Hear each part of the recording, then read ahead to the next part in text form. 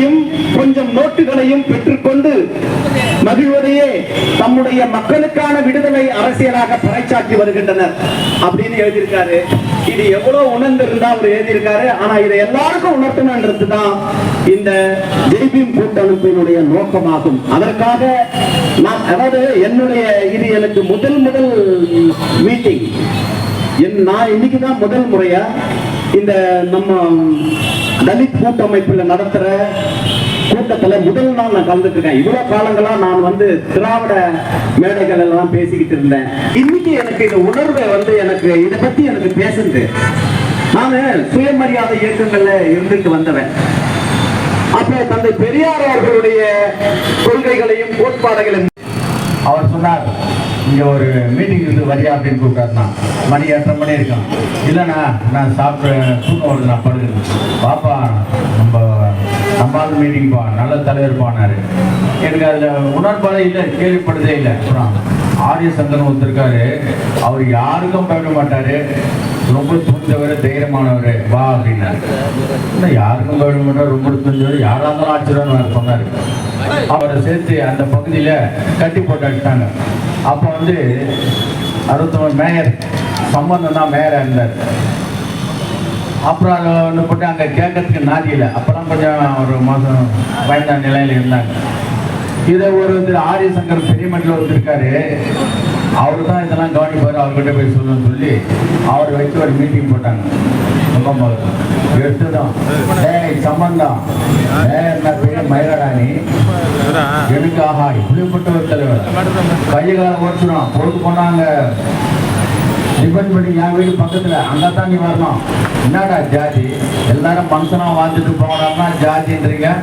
அதுக்கப்புறம் சில பிரச்சனை நடந்தது, அது சொல்ல முடியாது.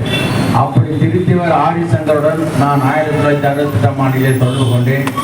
அவருடன் கடைசி வரையில் அவருடைய 50வது திட்டமிட்டு ஒரு கட்சியினுடைய அவர் யாருக்கும் பயந்தவர் அல்ல. மோர்பார் கட்டுக்கு அவர் தான் தலைவர். அது முதல்ல புரிஞ்சு மோர் மார்க்கெட்டுக்கு தலைவர் சார், மோர் மார்க்கெட்டுக்கு தலைவர், அங்கே நடைபாதை வியாபாரிகள் சங்க தலைவர், அப்போ கைவண்டி இழுத்து போவோம் கைவண்டி சங்க தலைவர், அப்போ ஆட்டோ கிடையாது டாக்ஸி ஓட்டுநர் சங்க தலைவர், அப்புறம் கை ரிக்ஷா தலைவர். அந்த பகுதியில் இருக்கிற அனைத்து அந்த தோல் பெண்களுக்கும் அவர் தான் தலைவர். அவரை மிஞ்சுவதற்கு ஆள் இல்லை. எப்படிப்பட்ட பிரச்சனை நடத்தணும். அங்கே பெரியமட்டு பகுதியில் தோல் மண்டியில் 5 நாள் வேலை 6 நாள் சம்பளம், 6 நாள் போனாலும் சம்பளம் கொடுப்பான். நம்மளால திடீர்னு ஒரு நாள் லீவ் போட்டுருவேன் ஏதோ ஒரு காரணத்துக்காக. அவன் போன அந்த ஓனர் சம்பளம் கொடுக்க மாட்டான். 5 நாள் சம்பளத்தை கொடுறான்னா கொடுக்க மாட்டான், நீ வேலைக்கு வானான்றோம் அந்த காலகட்டத்தில். அப்போ இவர்கிட்ட அங்கே போய் சொல்லுவாங்க. சொல்லிட்டு திருப்பி வந்தாருன்னா அவர் நேராக திங்கக்கிழமை சம்பளம் முடியல, நேராக கம்பெனியில் போய் அவருடைய சேரில் போய் உட்காந்துவார். அந்த ஓனர் சேர்ந்தார். ஓனர் அடிப்பட்டு யார் நீ இல்லையா இன்னைக்கு கடைக்கு யார் போன நீ, அதான் தெரியுமா அவனுக்கு சொல்லியா தெரியுமா? தெரியும். அவங்ககிட்ட வேலை செய்யணும்ல, சம்பளம் கொடுத்தியா? வேலைக்கு வந்து 5 நாள் வேலைக்கு வந்தால அதுக்கு தங்கம் நீ சம்பளம் கொடுக்க வேண்டியதானே, கூலி கொடுக்க வேண்டியதானே, வேண்டாம் கொடுக்கல. முதல்ல அது கூட அப்படி நான் ஏந்துக்கிறேன். இப்படிப்பட்ட தலைவர் இந்த நாட்டில் இதுவரையில் உண்டா? அவருடைய சீடர்கள் தான் அண்ணன் பூவை மூர்த்தி, அதன் பிறகு நம்முடைய ஆம்ஸ்டாங், இப்படியெல்லாம் அவருடைய பயிற்சி பெற்றவர்கள்.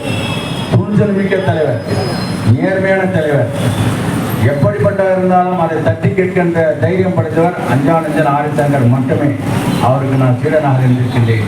அவர் சிங்கமாக நான் சுண்டலியாக அமர்ந்திருக்கிறேன். அவர் கையால் தண்ணீர் வாங்கி கொடுத்திருக்கிறேன். அவர் வீட்டுக்கு பல முறை சென்றிருக்கிறேன். அப்படிப்பட்ட தலைவரை திட்டமிட்டு லாரியிலே கூடாஞ்சேரியிலே லாரியிலே மோதி திண்டிவனம் கூட்டத்தை முடிச்சுட்டு ஆரிய தேசார் கணேசன் வரும்போது அவரை கொண்டு விட்டார்கள்.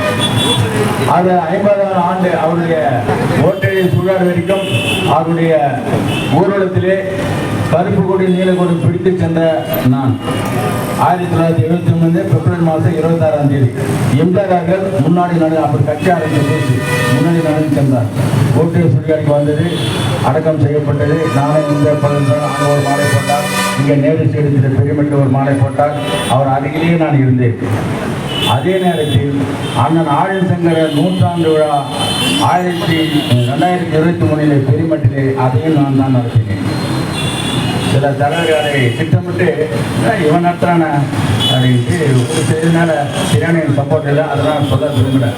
ஆனால் அந்த முழு செலவை நான் தான் ஏற்றுக்கொண்டேன். அதற்காக 50 ரூபாய் 50,000 ரூபாய் ஒதுக்கி வைத்தேன். அந்த நூற்றாண்டு விழாவை நான் தான் நடத்தினேன். அதில் என் கூட பணியாற்றவர் அன்பு சகோதரர் நம்ம சசிகுமார் தான். எல்லாரும் வந்தார்கள், பார்த்தார்கள், பேசார்கள், சாப்பிட்டார்கள், சொல்லிவிட்டார்கள். அதை ஒன்றும் அவர் பேரில் ஒரு புத்தகம் போடுவதற்காக பார்த்திருக்கிறேன், பத்திரிகை விளம்பரம் கொடுத்திருக்கிறேன், சரியான பதில் இதுவரைக்கும் வரேன். ஆக இந்த சமுதாயத்திற்காக அடுத்தது நம்ம சக்திதாசன், சுந்தரராஜன் அவர் இருவரிடம் பழகியிருந்தேன்.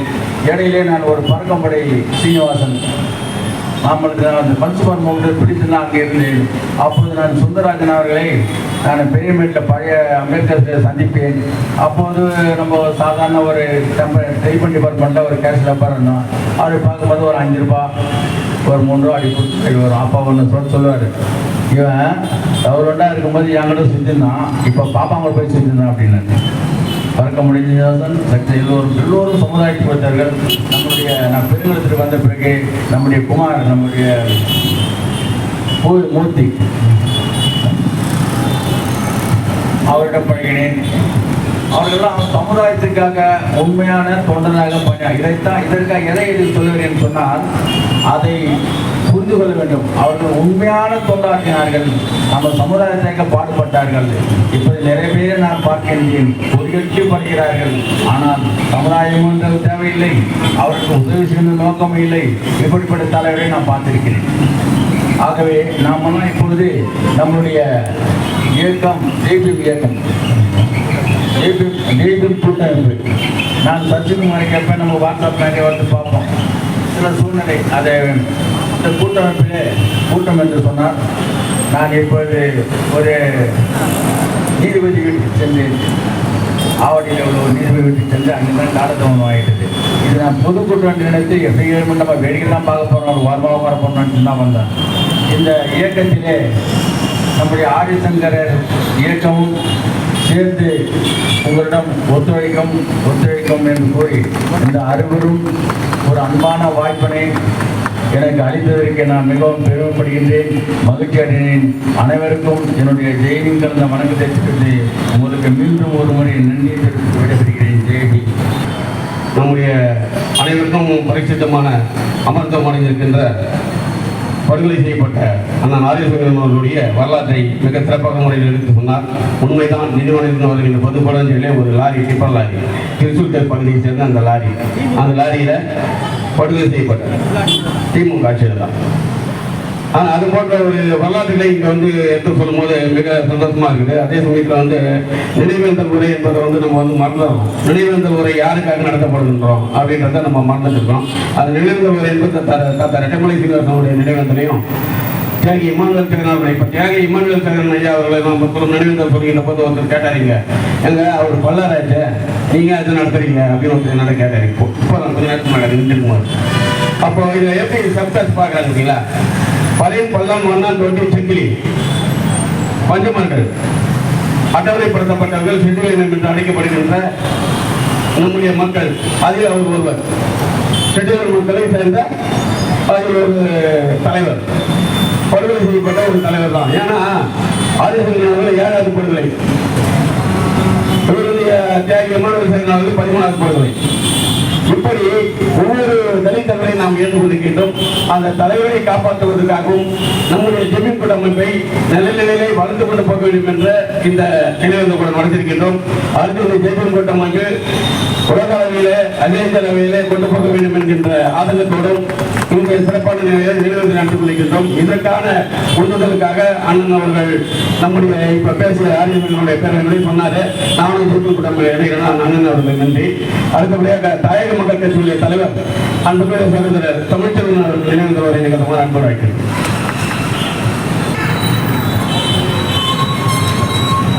ஜெய்பீம் கூட்டமைப்பு ஒருங்கிணைக்கின்ற பூர்வடி மக்களின் உரிமைக்கும் விடுதலைக்கும் போராடிய தியாகிகளின் நினைவை முன்னிட்டு பூர்வகுடியின் வாழ்வும் வரலாறு என்கிற இந்த பொதுக்கூட்டத்தினுடைய தலைவர் தயார் கூட்டமைப்புடைய ஒருங்கிணைப்பாளர் அன்பு சகோதரர் பீம்கார் அவர்களே, வரவேற்புடைய நிகழ்ச்சி இருக்கிற இந்திய குடியரசுக் கட்சி சக்திதாசன் பிரிவு ஐயா எம் ராஜன் அவர்களே, நினைவேந்தலுடைய பதிவு செய்ய இருக்கிற பல்வேறு ஆளுமைகளே, ஜெய்பீம் கூட்டமைப்பு என்கிற இந்த அருப்பெரும் பணியை தன்னுடைய தோளில் சுமந்து பலசகாக்கத்திலிருந்து பல்லாவரம் வரைக்குமாக விரித்து பரவி இருக்கிற அன்பிற்கினிய அண்ணா மக்கள் நீதி கட்சியினுடைய தலைவர் ஐயா அம்பேத் வெங்கடேஷ் அவர்களே, இந்த நிகழ்ச்சியில் பங்கேற்று இருக்கிற பல்வேறு ஆளுமைகளே, பல்லாவரம் பகுதியினுடைய பொதுமக்களே, உங்கள் அத்தனை பேருக்கும் நான் சார்ந்திருக்கிற தாயக மக்கள் கட்சியின் சார்பில் நெஞ்சார்ந்த வணக்கத்தையும், இன்றைக்கு தியாகிகளாக நாம் போற்றுகிற செப்டம்பர் 2 அண்ணன் பூவை மூர்த்தியார் அவர்களுக்கு வீர வணக்கத்தையும், இதே மாதத்தில் தியாகியா இருக்கிற கடலூரை சேர்ந்த ஐயா இளைய பெருமாள் அவர்களுக்கு வீர வணக்கத்தையும், இன்றைக்கு இந்த நாளில் படுகொலை செய்யப்பட்டிருக்கிற தியாகி இமானுவேல் சேகரனார் அவர்களுக்கும்,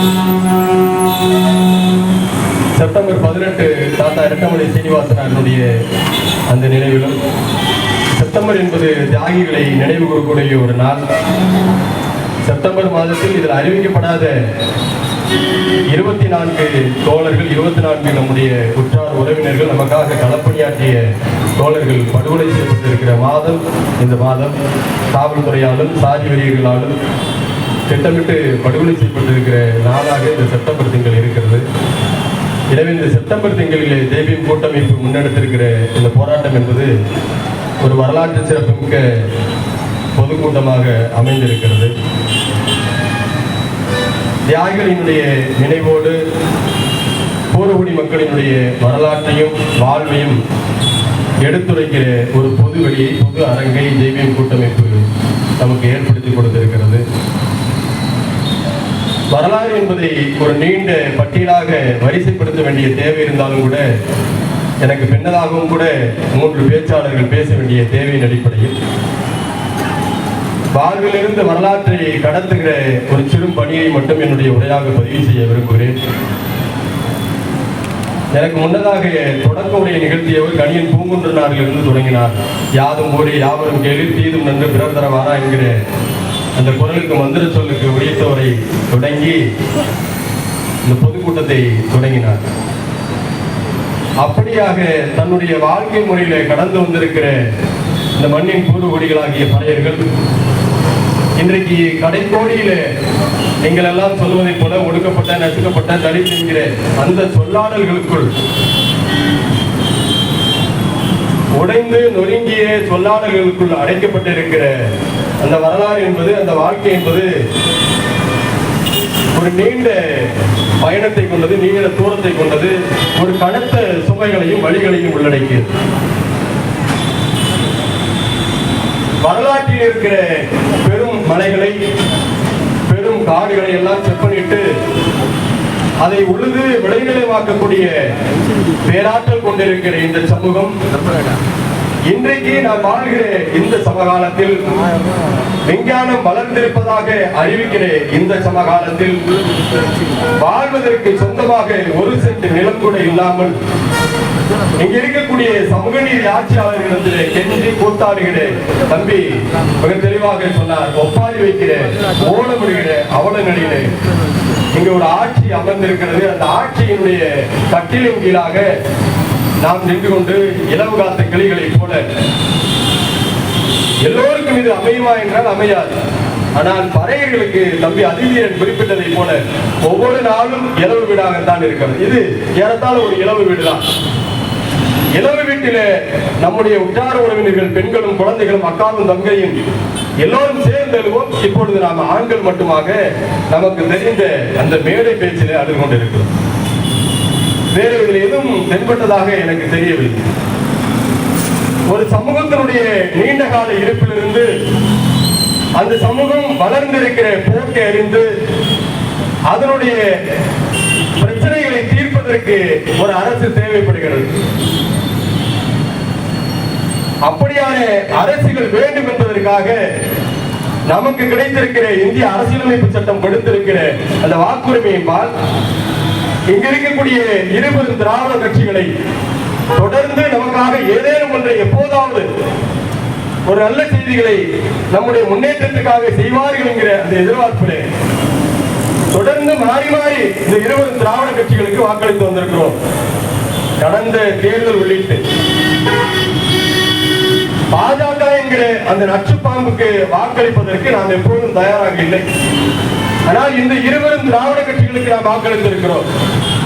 பாஜக என்கிற நச்சுப்பாம்புக்கு நாங்கள் ஒன்றும் சளைத்தவர்கள் அல்ல, குறைந்தவர்கள் அல்ல என்கிற அளவீட்டில் இங்க இருக்கக்கூடிய திராவிட அதிமேதாவி மன்னர்கள், இந்த நாட்டினுடைய அறிவிக்கப்படாத மன்னர்களாக போராடுகிற கருணாநிதி குடும்பம், அவர்களுடைய வகையறாக்கள், இன்றைக்கு வரைக்கும் சமத்துவ தலைவர் என்று சொல்லப்படுகிற தம்பி குறிப்பிட்டதை போல அண்ணன் ஆம்ஸ்ட்ராங் கொலை வரைக்கும் தங்களுடைய போர பற்களை நீட்டியிருக்கிறார்கள் என்பதுதான் கொடுமையில் விவரிக்க முடியாத சொற்களாக இருந்து கொண்டிருக்கிறது.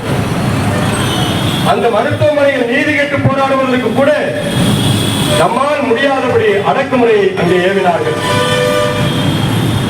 எனவே இங்க இருக்கக்கூடிய அரசியல் என்பது பறையர்களுக்கு, இங்க இருக்கக்கூடிய மண்ணின் பூர்வகுடி மக்களுக்கு எதிரான அரசியலாக இருப்பது என்பதை வெளிச்சம் போட்டு காட்டுவதற்கு கிடைத்திருக்கிற ஒரு வாய்ப்பாக தெய்வீம் அறிவித்திருக்கிற இந்த நினைவேந்தல் கூட்டத்தை, இந்த பொதுக்கூட்டத்தை நான் கருதுகிறேன். ஆட்சி அதிகாரத்தை தமதாக்கிக் கொள்ள வேண்டும் என்கிற அடிப்படையில், அப்படி ஆட்சி அதிகாரம் நமக்கு கிடைக்கிற போகுதுதான் நாம் சுதந்திர வாழ்க்கையை வாழ முடியும் என்று நமக்கு முன்னதாக பேசினார்கள். நான் ஒரு சின்ன கேள்வி உங்கள்கிட்ட கேட்கிறேன். நான் ராமநாதபுரம் மாவட்டத்தில் பிறந்தவன். ஐயா பிறந்த ஊரு எங்க ஊர் ஒரே ஊரு. நான் இன்றைக்கு சென்னையில் இருக்கிறது மாதிரி எங்க மாவட்டத்தை சேர்ந்தவர்கள் பல்வேறு பேர் கடை வச்சிருக்கிறாங்க. உங்கள்ட்ட நான் சவாலா விடுறேன். ராமநாதபுரம், திருநெல்வேலி, கன்னியாகுமரி, தூத்துக்குடி, மதுரை உள்ளிட்ட தென் மாவட்டங்களிலே, கோவை, ஈரோடு, நாமக்கல், கரூர் உள்ளிட்ட மேற்கு மாவட்டங்களிலே, தஞ்சை, நாகப்பட்டினம் உள்ளிட்ட கிழக்கு மாவட்டங்களில் இருந்து சென்னையில உங்களுடைய சொந்த மண்ணில பிழைப்பு தேடி வந்திருக்கிற நாங்கள், வந்தேரிகளாய் வந்திருக்கிற நாங்கள் ஒரு கடையை வைத்து நடத்துகிறோம். எங்களை எவனும் தொட்டு கூட பார்க்க முடியாது. வெளிப்படையாக சொல்றேன். எங்களை சீண்டுவதற்கு இதுவரைக்கும் நினைத்ததில்லை. ஏன்? பிழைப்பதற்காக வந்தேரிகளாய் வந்திருக்கிற எங்களை தொடுவதற்கு அஞ்சுகிறவர்கள் எப்படி மண்ணின் பூர்வகுடிகளை, ஆயிரக்கணக்கான குடும்பங்கள் இருக்கிறோம், லட்சக்கணக்கான குடும்பங்கள் இந்த மண்ணிலே வாழ்ந்து கொண்டிருக்கிறோம். நம்முடைய மூதாதையர்களுடைய வரலாறு வழியை தொட்டு வீரர்களுடைய வரலாற்று வழியாக நாம் வாழ்ந்து கொண்டிருப்பதாக சொல்கிறோம். எப்படி இங்க இருக்கிறவனால் நம்மை அப்புறப்படுத்தி விட்டு ஆட்சி அதிகாரத்தை அவனால் தக்க வைத்துக் கொள்ள முடிகிறது?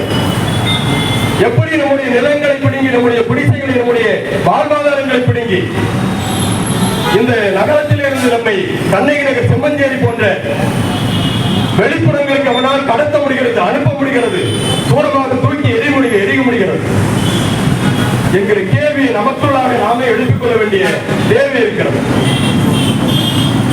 சொந்த மண்ணின் மைந்தர்கள், மண்ணின் மைந்தர்கள் என்று சொல்வதற்கு முழு பகுதியும் பெற்ற நான் ஒரு பொதுக்கூட்டத்தை நடத்துவதை போல, தோழர்கள் சொன்னதை போல புரட்சியாளர் அம்பேத்கர் அவர்கள் இன்றைக்கு சிறை வைக்கப்பட்டிருப்பதாக சொன்னார்கள். நாமும் கூட இந்த 2 பேருக்கு முன்னாடி சிறை வைக்கப்பட்டிருக்கோம்.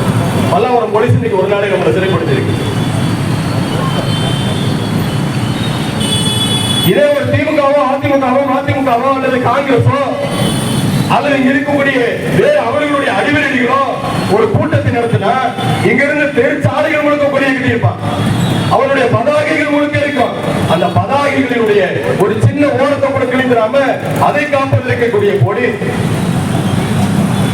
நம்மை போன்றவர்களை இன்றைக்கு இந்த பாருங்க ஒரு சின்ன வட்டத்துக்குள்ள நீங்க விரும்பினாலும் விரும்பாமட்டார்களோ 50 இருக்கைகளுக்கு மேல போட முடியாது. அப்படி ஒருவேளை நீங்க போட்டா நீங்க பொதுமக்களுக்கு இடையூறு பண்ணதா சொல்லி உங்க மேல வழக்கு போடுவாங்க. இதுதான் தமிழ்நாட்டினுடைய நீண்ட கால சமூக நீதி. இந்த லட்சண ஆட்சியாளர்களுக்கு முன்புதான் நாம் இன்றைக்கு இந்த ஜெய்பீம் கூட்டமைப்பை ஏற்படுத்தி இருக்கிறோம். இது ஏன் நான் சொல்றேன்னா, எனக்கு பெருத்த வழியோடு சொல்றேன். நாம் கடந்து செல்ல போக வேண்டிய தூரம் மிக நீண்ட தூரமா இருக்கிறது. இப்பதான் தொடங்கி இருக்கிறோம். புரசவாக்கத்துல ஐயா புள்ளி வச்சாரு. இப்ப நீங்க எல்லாம் சேர்ந்து இங்க கோலம் போட தொடங்கி இருக்கிறீங்க. எனவே இதை நீட்டிக் கொண்டு போக வேண்டிய தேவை இருக்கிறது. அப்படி நீட்டிக் கொண்டு போக வேண்டிய தேவையில் இருக்கக்கூடிய நாம் வரலாற்றின் வழியாக இங்க இருக்கக்கூடிய ஆட்சியாளர்களையும் ஆட்சியாளர்களிடம் மோசமாக நமக்கு நடந்து கொள்கிற அவர்களுக்கு அடிவரடியாக இருக்கக்கூடிய நம்முடைய அண்ணன் தம்பிகளையும் நாம் விளங்கிக் கொள்ள வேண்டும் என்பது மிக முதன்மையானது. இது ஆட்சியாளர்கள் மட்டுமே நமக்கு கேடு விளைவிக்கவில்லை, அவர்களுக்கு புதிவாரி கொண்டிருக்கிற அவர்களை விட நல்ல தலைவர்களை நம்மிடத்தில் கற்பித்துக் கொண்டிருக்கிற சில நம்முடைய சொந்த துரோகிகளையும் நாம் அடையாளம் காண வேண்டிய தேவை இருக்கிறோம். அப்படி அடையாளம் காணுகிற போதுதான் நாம் நம்முடைய இலக்கை நோக்கிய அந்த பயணத்தில் சரிவர நடந்து போக முடியும். பல்வேறு சிக்கல்கள் இருக்கிறது. குமரி முதல் இன்றைக்கு சென்னை வரைக்குமாக பல்வேறு சிக்கல்கள் இருக்கிறது. இடஒதுக்கீடு பிரச்சனையாக இருக்கலாம், அல்லது நம்முடைய வாழ்வுரிமை பிரச்சனையாக இருக்கலாம், அல்லது நம்முடைய வாழ்வாதார பிரச்சனையாக இருக்கலாம். இப்படி நாம் அடுக்கிக் கொண்டே போகிற அளவிற்கு பல்வேறு பிரச்சனைகள் இருக்கிறது. ஆனாலும் புரட்சியாளர் அம்பேத்கருடைய அந்த நினைவை முன்னிட்டு, தாத்தா இரட்டைமலை சீனிவாசனாருடைய அந்த நினைவை முன்னிட்டு, தியாகி இமானுவேல் சேகரனாருடைய அவருடைய நினைவில் நின்று, அண்ணன் பூவையாருடைய நினைவில் நின்று இந்த கூட்டத்தை நாம் நடத்துவதனால் அவர்கள் மேற்கொண்ட அரசியல் 1879 தாத்தா இரட்டைமலை சீனிவாசனார் வைத்த அந்த கோரிக்கை என்பது குடியாத்தத்திலே தொடங்கி லண்டன் வரைக்கும் வெடித்தது. குடியாத்தத்திலே வைக்கப்பட்ட கோரிக்கை, வெள்ளூர் மாவட்டத்திலே வைக்கப்பட்ட அந்த கோரிக்கை என்பது ரயில்வே ஊழியர்களால் ராணி விக்டோரியா ராணி மகாராணியினுடைய அந்த அரசவை கதவை தட்டியது. அது நமக்கு பஞ்சமி நிலமாக 12 லட்சம் ஏக்கர் பஞ்சமி நிலமாக 1892 கிடைத்தது. இது ஒரு நீண்ட வரலாறு. ஒரு பெரும் போராட்டத்திற்கு கிடைத்திருக்கிற உயிரோட்டமான அந்த நிலம் 12 லட்சம் ஏக்கர். ஏதோ 1 சென்ட் 2 சென்ட் இல்ல. இந்த ஓரமா நம்ம உட்கார்ந்து இருக்கிற இப்படியான ஒரு நிலம் அல்ல, முழுக்க முழுக்க விளை நிலம். அப்படி விளை நிலத்தை இந்த நாட்டை ஆக்கிரமிப்பு செய்ய வந்த வெள்ளைக்காரர்கள் கொடுத்தார்கள். யார் கொடுத்தது? வெள்ளைக்காரர்கள் இந்த மண்ணினுடைய பூர்வகுடி மக்களினுடைய நிலம் பறிக்கப்பட்டிருப்பது என்கிற வரலாற்றை உரைந்து கொண்டு ஆக்கிரமிக்கப்பட்ட நிலங்களை மீட்டுக் கொடுத்தார்கள். நாம் இப்போது சமூக நீதி ஆட்சியாளர்களிடத்தில் இருக்கிறோம். இப்ப யார் ஆக்கிரமிப்பாளர்கள் சொல்றது? வெள்ளைக்காரனையா? இங்க நான் ஆட்சியில நம்முடைய தமிழ்நாட்டில் ஆட்சி நடத்துற இந்த கொள்ளைக்காரர்களையா என்பதுதான் நம்முடைய கேள்வியாக இருக்க தேவை இருக்கிறது. இந்த மண்ணிற்கு தொடர்பில்லாத வெள்ளையர்கள் நம்மை விளங்கிக் கொண்டார்கள், நம்முடைய வரலாற்றை புரிந்து கொண்டார்கள். ஆனால் இந்த மண்ணிலே நம்மால் வாழ்கிறேன், நாம் ஓட்டு போட்டு தேர்வு செய்திருக்கிறேன் எந்த ஆட்சியாளர்கள், இதுவரைக்கும் நான் சொல்றேன், சமூக நீதி பேசுற எந்த கட்சிக்காரரும், அது திமுகவா இருக்கட்டும், அதிமுகவா இருக்கட்டும், அல்லது வேற எந்த காக்காக்களா இருக்கட்டும், 1 சென்ட் நிலத்தை மீட்டுக் கொடுப்பதற்கு இதுவரைக்கும் துணியவில்லை, மனமில்லை. திமுக ஆட்சி வந்த உடனே அதனுடைய அமைச்சர் KKS ராமச்சந்திரன் அவர்கள் சொன்னார், 1.7 லட்சம் ஏக்கர் நிலங்களை கண்டடைந்திருக்கிறோம். இது எல்லா பத்திரிகைகளிலும் வந்திருக்கும். கண்டடைந்த நிலங்களை 6 மாத காலத்திற்குள்ளாக உரியவரிடத்திலே ஒப்படைப்போம். திமுக ஆட்சிக்கு வந்து 3 வருஷம் ஆயிடுச்சு, நமக்கு தெரியுது. ஆனா திமுக இருக்கிறவங்களுக்கு தெரியல, அது இன்னும் 6 மாசம் ஆகல. எவ்வளவு கேவலமான ஒரு அரசியலை இந்த மண்ணிலே ஆள வைத்துக் கொண்டு நாம் வேடிக்கை வைத்துக் கொண்டிருக்கிறோம் என்பதுதான் வெட்கக்கேடான செய்தி. தம்பி சொன்னார் வழக்கு போடுவாங்க, நம்மள லாரி எடுத்து கொள்வான், ஐயா சொன்ன மாதிரி. அதுக்கு நாம தயங்க வேண்டிய தேவையில்லை. எப்படியேனும் சாகத்தான் போகிறோம். அது திமுக காரன் கொண்டாங்க, அதிமுக காரன் கொண்டாங்க. அவன் நம்ம கொள்றதுக்கே கட்சி நடத்திட்டு இருக்கிறான். அது எப்படி கொண்டாங்க? லாரி எடுத்து கொள்வான், அடிச்சு கொள்வான், போற வழியிலே நம்ம பிக் பாக்கெட் அடிச்சுட்டு வந்துடுவான், போலீஸை வந்து நாம தொந்தரவு செஞ்சு வந்துடுவான், அரசு அலுவலகத்துக்குள்ள பூந்து நாம ஏதோ செஞ்சு சொல்லுவான், எதை வேணாலும் சொல்லுவான். இந்தியா முழுக்க இருக்கக்கூடிய ஒரு கட்சியினுடைய மாநில தலைவர் ஆம்சாங் அவர்களுடைய கொலையில தமிழ்நாடு முழுக்க இருக்கக்கூடிய 15 ரவுடிகளை பொறுக்கி போட்டு ரவுடிகளுக்குள் நடந்த மோதல் சொல்லக்கூடிய இந்த ஆட்சிக்காரர்கள் நம்மை கொலை செய்தால் என்ன சொல்வார்கள்? அஞ்சாவது இருந்தான் அப்படின்னு என்ன வேண்டுமானாலும் நம் மீது குற்றத்தை சுமத்துவதற்கு அவர்களிடத்தில் அதிகாரம் இருக்கிறது. அந்த அதிகாரத்தை பயன்படுத்தி நம்மை ஒடுக்குவார்கள், சிதைப்பார்கள். எனவே நாம் அந்த அதிகாரத்தை கண்டு அஞ்ச வேண்டிய தேவையில்லை.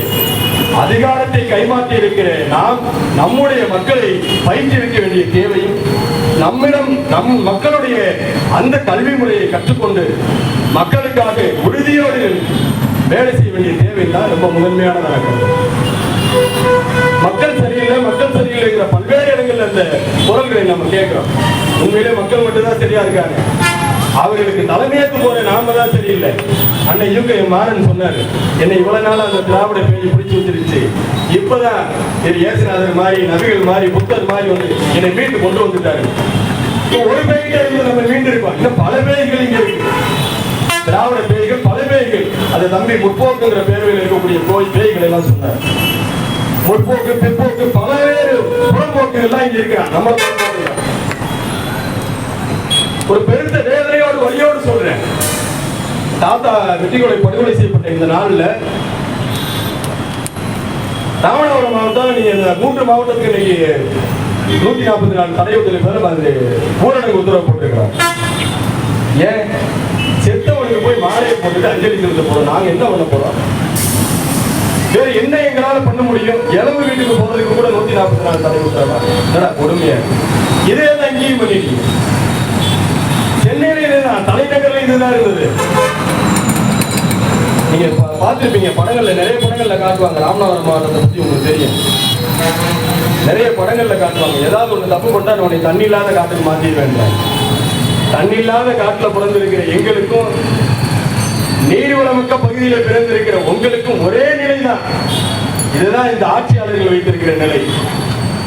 எனவே நாம் மாவட்டங்களாக, வட்டங்களாக, ஊர்களாக அல்லது இங்க இருக்கக்கூடிய பட்டியல் சமூக பிரிவுகளிலே வெவ்வேறு வகையில் இருக்கக்கூடிய அந்த பெயர்களுக்குள்ளாக நாம் பிரிந்து போக வேண்டிய தேவையில்லை. எங்கோ இருந்து வந்திருக்கிற அவர்கள், அவங்களுக்கு இங்க குடும்பம், உறவு ஒண்ணுமே இல்லை. இங்க இருக்கக்கூடிய ஆட்சியாளர்கள் திமுக, அதிமுக அல்லது வேற கட்சியினுடைய அந்த பிரதிநிதிகளை மொத்தமா எண்ணி பாருங்க. அவங்க சொந்தக்காரங்க எத்தனை பேர் இருப்பாங்க? அதிகபட்சம் 500 பேர் இருப்பாங்க. நான் புள்ளிவிவரமா சொல்றேன், திருமங்கீர் கொடுத்த அறிக்கையின் அடிப்படையில 1892 பறையர்களுடைய எண்ணிக்கை 52 லட்சம் பேர். கன்னிமாரா லைப்ரரி இருக்குது, போய் படிக்க படிச்சுட்டு 1892 திருமங்கீர் கொடுத்த அறிக்கையில பறையர்கள் 52 லட்சம். இப்ப 2024 ஏறத்தாழ 1,10,00,000 பேருக்கு மேல வெறும் 500 பேரை உள்ளடக்கி வைத்திருக்கிற அவர்கள் 1 கோடிக்கு மேலான நமக்கு ஆட்சியினுடைய அதிபதிகளாக வைத்திருக்கிறார். எனவே இந்த அரசியலை தான் நம்ம புரிந்து கொள்ள, விளங்கிக் கொள்ள வேண்டிய தேவை இருக்கிறது. மிக நுட்பமான மைக்ரோ பாலிடிக்ஸ் சொல்லுவாங்க இல்லையா, அப்படி மிக நுட்பமான அரசியல் தான். ஆனா நம்ம விளங்கிக்கிறோம், நம்முடைய மக்கள் நம் முன்னால் ஒடுக்கப்படுகிறார்கள், சிதைக்கப்படுகிறார்கள் என்றால் அதை மாற்றுவதற்கு நாம் நம்மை அணியப்படுத்த வேண்டிய தேவை இருக்கிறது. இன்னும் கற்றுக்கொள்ள வேண்டிய தேவை இருக்கிறது. மூத்த தலைவர்கள் நிறைய பேர் இருக்கிறீங்க, இன்னும் சமூகத்தில் பல்வேறு ஆளுமைகள் இருக்கிறாங்க. அவர்களுடைய வழிவழியாய் வந்த அரசியலை கற்றுக்கொள்ள வேண்டிய தேவை இருக்கிறது. தொடர்ந்து நாம் உரையாடலை நடத்த வேண்டிய தேவை இருக்கிறது. ரொம்ப முதன்மையான செய்தி, நமக்குள்ளாக உரையாடலை நீட்டிக்க வேண்டிய தேவை இருக்கிறது. இந்த உரையாடல் தான் நம்மை அடுத்த கட்டத்துக்கு நகர்த்தும். அப்படியான உரையாடலின் வாயிலாக இங்க இருக்கக்கூடிய சமூக பிரச்சனைகளை உள்வாங்கிக் கொண்டு இருக்கிற பிரச்சனைகளை தீர்ப்பதோடு இனிவரும் பிரச்சனைகள் வராமல் தடுப்பதற்கும் இந்த ஜெய்வின் கூட்டமைப்பு உங்களோடு இணைந்து பயணிப்பதற்கு ஒவ்வொரு களங்களையும், இது பொதுவெளியில பல்லாவரத்தில் நடந்தால் நம்ம தெருவில் தெருமுனை கூட்டங்களா அல்லது துண்டறிக்கை எடுத்து பரப்புற கூட்டங்களா? நான் ஏற்கனவே ஐயாட்ட சொன்னது, ஒரு தொடர்ச்சியான ஒரு பரப்புரை பயணமா குமரி முதல் சென்னை வரைக்கும் ஒரு குறிப்பிட்ட ஒரு 20 பேர் மட்டும் இருசக்கர வாகனத்தில் வருவோம்.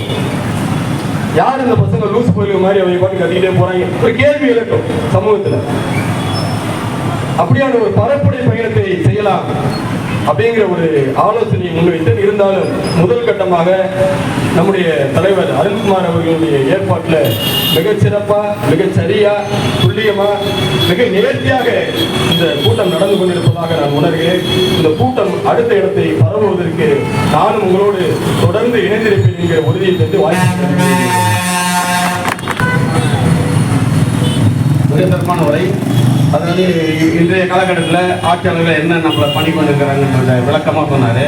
இதுக்கு நம்ம என்ன பண்ண போகிறோம்? ஏன்னா இப்போ நம்ம கணிக நகரில் எங்கே தூக்கி அடிச்சிருக்கிறாங்களா சென்னையில் இந்த பூர்வகுடி மக்களை, சென்னை என்பது பறையர்கள் நகரம், பெரிய பறைச்சேரி என்று சொல்கின்ற மிகப்பெரிய ஒரு நகரமாக விளங்கி கொண்டிருந்த அந்த பறைச்சேரி மக்களை கண்ணகி நகரிலே பெருமுறையில் தூக்கி செவிலியராக்கிறாங்கன்னா, அப்போ இதனுடைய ஆட்சியாளர்களில் மாறி மாறி வருகின்ற இந்த ஆட்சியாளருடைய நிலைப்பாட்டை மிக சிறப்பான முறையில் சகோதரர் தமிழ்ச்செல்வன் அவர்கள் மிக சிறப்பான முறையில் எடுத்து வைத்திருக்கிறார். அடுத்தபடியாக சென்னையில் இளைஞர்களை எழுச்சியாகவும், அது மட்டுமல்ல சென்னை என்று மட்டுமல்லாமல் பல்வேறு மாவட்டங்களுக்கும் எழுச்சியாக விளங்கக்கூடிய இருக்கின்ற அன்புக்குரிய சகோதரரும் இளைஞர் எழுச்சியாகின் சமுதாயத்தினுடைய சிந்தனையாளர் அன்புக்குரிய சகோதரர் டீம் இந்தியாவுடைய தலைவர் அன்புக்குரிய சகோதரர் அண்ணன் குமார் அவர்கள் நினைவந்தல் வரை நீங்கள் மாறாட்பது அண்ணன் நீக்குமார் அவர்கள்.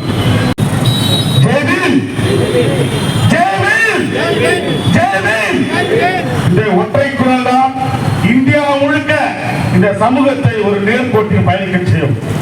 அந்த அடிப்படையில் ஜெய்பீம் கூட்டமைப்பு நம்ம உருவாக்கி இருக்கோம்.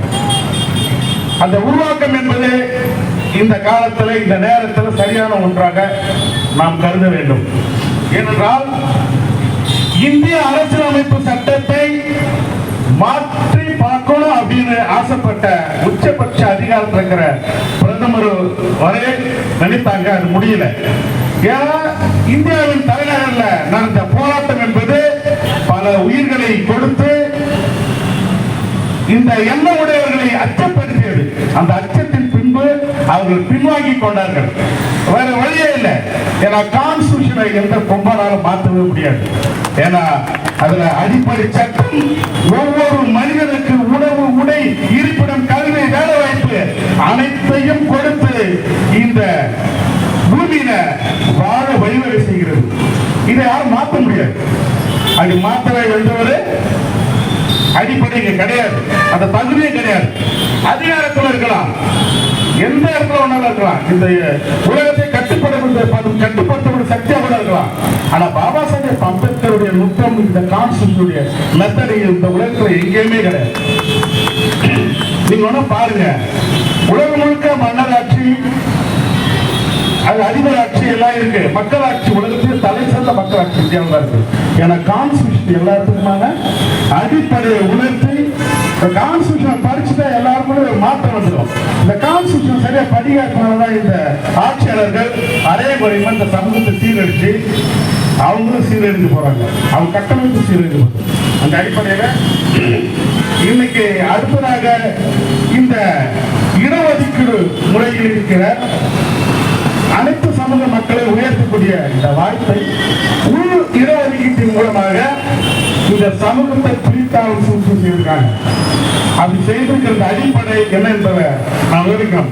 பாபா சாஹேப் அம்பேத்கர் சொல்றார், நீ உன்னுடைய வரலாற்றை அறிந்து கொள், நீ யாருன்னு முதல்ல தெரிஞ்சுக்க, அதுக்கப்புறம் எல்லாமே மாற்றம் அடைவதற்கான ஒரு கல்வி மாறிடும் சொல்ற. அது மாதிரி நம்ம ஒரு நிலத்தை கூட அதை பார்க்கும்போது ஆப்பதிவேடு பார்க்கறோம். இந்த நிலம் ஏறிச்சுன்னா செக் பண்ணி பார்த்தோம்னா இது யார் ஓனர்னு தெரியும். அதனால நாம் நம் வரலாற்றை கண்டிப்பாக கற்றுக்கொள்ள வேண்டும், தெரிந்து கொள்ள வேண்டும். அந்த வரலாற்றை நாம் பயிற்சி செய்து கொள்ள வேண்டும். அந்த அடிப்படையில் இன்னைக்கு இந்த ஸ்டார்ஸ், இது மாதிரி பல ஸ்டார்ஸ் இருக்கு. இன்னைக்கு தாத்தா இரட்டைமலை சீனிவாசன் ஐயா அவர்களா இருக்கட்டும், அவர் மிகப்பெரிய அறிவு குறியீடு. அடுத்து பாருங்க, தந்தை இமானுவேல் சேகர் ஐயா அதிகாரத்தின் குறியீடு. அடுத்து பாருங்க, அண்ணன் பூவையார் அவர்கள் நில உரிமையின் குறியீடு. அண்ணன் நாம்சாங்க அவர்கள் சமத்துவ குறியீடு. ஐயா ஆரிய சங்கரன் அவர்கள் அதிகாரத்தை எவ்வளவு பெரிய அதிகாரத்தையும் எதிர்த்து கேள்வி கேட்கின்ற ஒரு குறியீடு. பகவான் புத்தர் அவர்கள் உலகத்தின் சமாதானத்தின் குறியீடு. முதல் அறிஞர். இப்படி இந்த சமூகத்தில் பல எண்ணப்படாத தலைவர்கள் எல்லாமே இந்த தேசத்தில் பல குறியீடுகளாக இருந்து கொண்டிருக்கிறார்கள். அந்த வரலாற்றை நாம் தெரிந்து கொள்கிற பட்சத்தில் நாம் இந்த சமூகத்தில் எப்படி பயணம் செய்ய வேண்டும், இந்த சமூகத்தை எப்படி ஒன்று திரட்ட வேண்டும், இந்த சமூகம் ஏன் சின்னப்பிடமாக்கப்படுகிறது என்பதை அனைத்தையும் நாம் கற்றறிந்து இந்த இயக்கத்தையும் இந்த வலிமையும் நாம் மேம்படுத்திக் கொள்ள முடியும் என்ற அடிப்படையில் இன்னைக்கு இந்த உள் இடஒதுக்கீடு, அதாவது 1426 சாதிக்கு மேல இந்தியா முழுக்க இருக்கு. இந்த ஆய்வு செய்து எல்லாத்துக்கும் பொருந்த மாதிரி ஒரு கான்ஸ்டியூஷன்ல எல்லாமே கிடைக்க செய்த பாபா சாஹேப் அம்பேத்கருடைய நுட்பம் என்பது அது அளவிடப்பட முடியாத ஒன்று. அதுக்கு முன்னாடியே பாத்தீங்கன்னாக்கா இந்த தலைப்புல நம்ம நீங்க என்னன்னா கூலிக்குடிகள் வாழும் வரலாறு, அது இந்த இடஒதுக்கீட்டு வாழும் வரலாறு நம்ம கண்டிப்பா தெரிஞ்சுக்கணும்.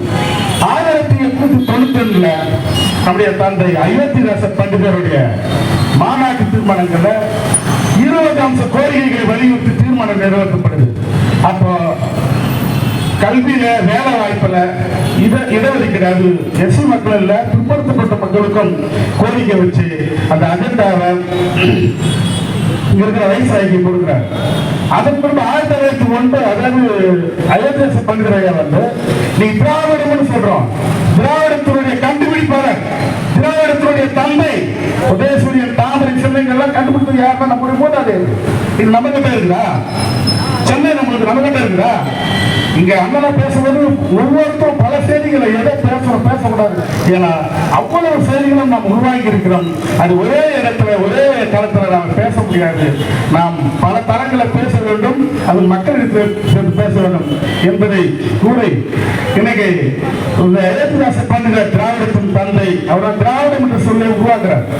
திராவிட மகாசன சபை மாநாடு 1991 அந்த மாநாட்டை 20 அம்ச கோரிக்கைகளை வலியுறுத்தி இடஒதுக்கீடு, கல்வியில, வேலை வாய்ப்புல பிற்படுத்தப்பட்ட மக்கள் எஸ்சி எஸ்டி மக்களுக்கும் கொண்டு வரணும் அது தீர்மானத்தை கொண்டு வராது. அதன் பிறகு மும்பையில சாகுஜி மகாராஜ் 1909 கல்வியில வேலை வாய்ப்பு இடஒதுக்கீடு பத்தி அவர் வந்து குரல் கொடுக்கிறார். அதுக்கப்புறம் பாபா சாஹேப் அம்பேத்கர் வந்து 29/10/1942 இந்த இடஒதுக்கீடு பத்தி விவசாயிகிட்ட வந்து கோரி வைக்கிறார். அது கோரி கேட்கும்போது சொல்றது எனக்கு புரியுது, ஆனா இதை நான் விளக்கமா எப்படி இதை வந்து எங்களுடைய இங்கிலாந்து பாராளுமன்றத்துக்கு எடுத்து நீங்க சொல்லணும். பாபா சாஹேப் உட்காந்து இந்த இடஒதுக்கீடு எப்படியும் பயன் தரும், இது எப்படி இந்த இந்திய சமூகத்தில் வந்து பொருந்தும், இது எப்படி வளர்த்து எடுப்பது அப்படின்றத உட்காந்து 40 பக்கங்கள் எழுதி கொடுக்கிறார் பாபா சாஹேப். அந்த அடிப்படையில ஜூலை 1943 அது அமலுக்கு கொண்டு வராங்க. அதன் பிறகு இங்க கிருஷ்ணவாயர் வந்து ஒரு வழக்கு ஒண்ணு போடுறாரு. சென்னையில உயர்நீதிமன்றத்தில் வழக்கு போடுறது 1907 அது வந்து மாநில அரசு வந்து இதை வந்து நடைமுறைப்படுத்துறான். ஆர்டிகல் 16/4A இது சொல்லப்படுது. அப்படி சொல்லப்படுறது வந்து மாநில அரசு இடஒதுக்கீடை கொண்டு வருகின்ற பல வரைமுறைகள்லாம் இருக்கு. இப்படி படிப்படியா இடஒதுக்கீடு வளர்த்தெடுக்கப்பட்டது. இன்னைக்கு இந்தியா முழுக்க பொருளாதாரத்தை, கல்வியில, வேலை வாய்ப்புல பின்தங்கிய அனைத்து சமூக மக்களும் மேம்படுவதற்கான ஒரு வாய்ப்பு உருவாக்கி.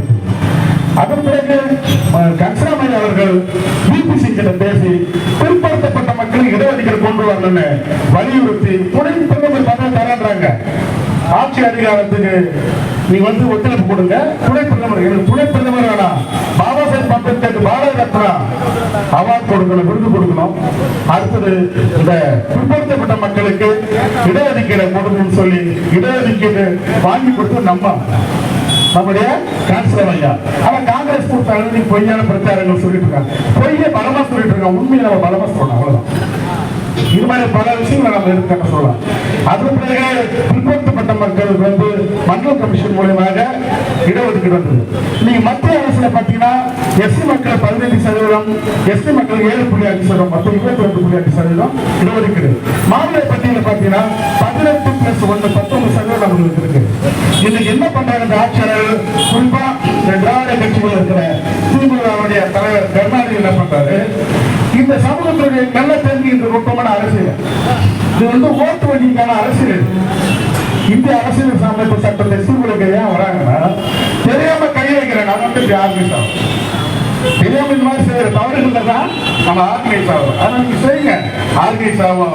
அதிகாரத்தை மிகப்பெரிய பரிமாற்றம் நடக்குங்க. ஒண்ணு, கருணாநிதி என்ன பண்றாரு, உள்ஒதுக்கீட்டை கொண்டு வர 3% உள்ஒதுக்கீடு. இப்ப என்ன பிரச்சனைனா நம்ம சகோதரர்களுக்கு இடஒதுக்கீடு கொடுக்க கூடாதுன்னு நம்ம சொல்லல. பிரச்சனை பாருங்க, நாம இங்க வந்து விகிதாச்சார அடிப்படையில பெரும்பான்மையான சமூக பெரும்பான்மையான மக்கள் நம்மளுக்கு 19% இருக்கிறத உயர்த்தி 25% கொண்டு வரணும். அந்த கோரிக்கை வலுவாக எடுக்கிற போது இதுக்கு பின்னடைவுக்காக உள் இடஒதுக்கீடு கொண்டு வந்து 3% நம்மளுடைய சகோதரர்கள் கொடுக்குறாங்க. இதை கேட்கும்போது நாம் அவர்களுக்கு எதிர்வினையாற்ற மாதிரி 2 பேருக்குள்ள ஒரு மிகப்பெரிய பிரச்சனை உருவாகிற மாதிரி இந்த அரசு இங்க எஜுகேட் பண்ணிட்டு இருக்காங்க. அதே மாதிரி இன்னைக்கு நல்ல சமூக நம்முடைய சகோதரர்கள் இன்னைக்கு அவங்ககிட்ட ஒரு அரசியலை கற்பித்தவங்க எல்லாம் நம்ம கூட இருக்காங்க, சேர்ந்து பயணிக்கிறாங்க. ஆனால் அந்த சமூக மக்களுக்கு இந்த பட்டியல் பிரிவு வெளியேறணும் அப்படின்ற கோரிக்கை வலுவடைய மாதிரி ஒரு பொய்யான பிம்பத்தை உருவாக்குறாங்க.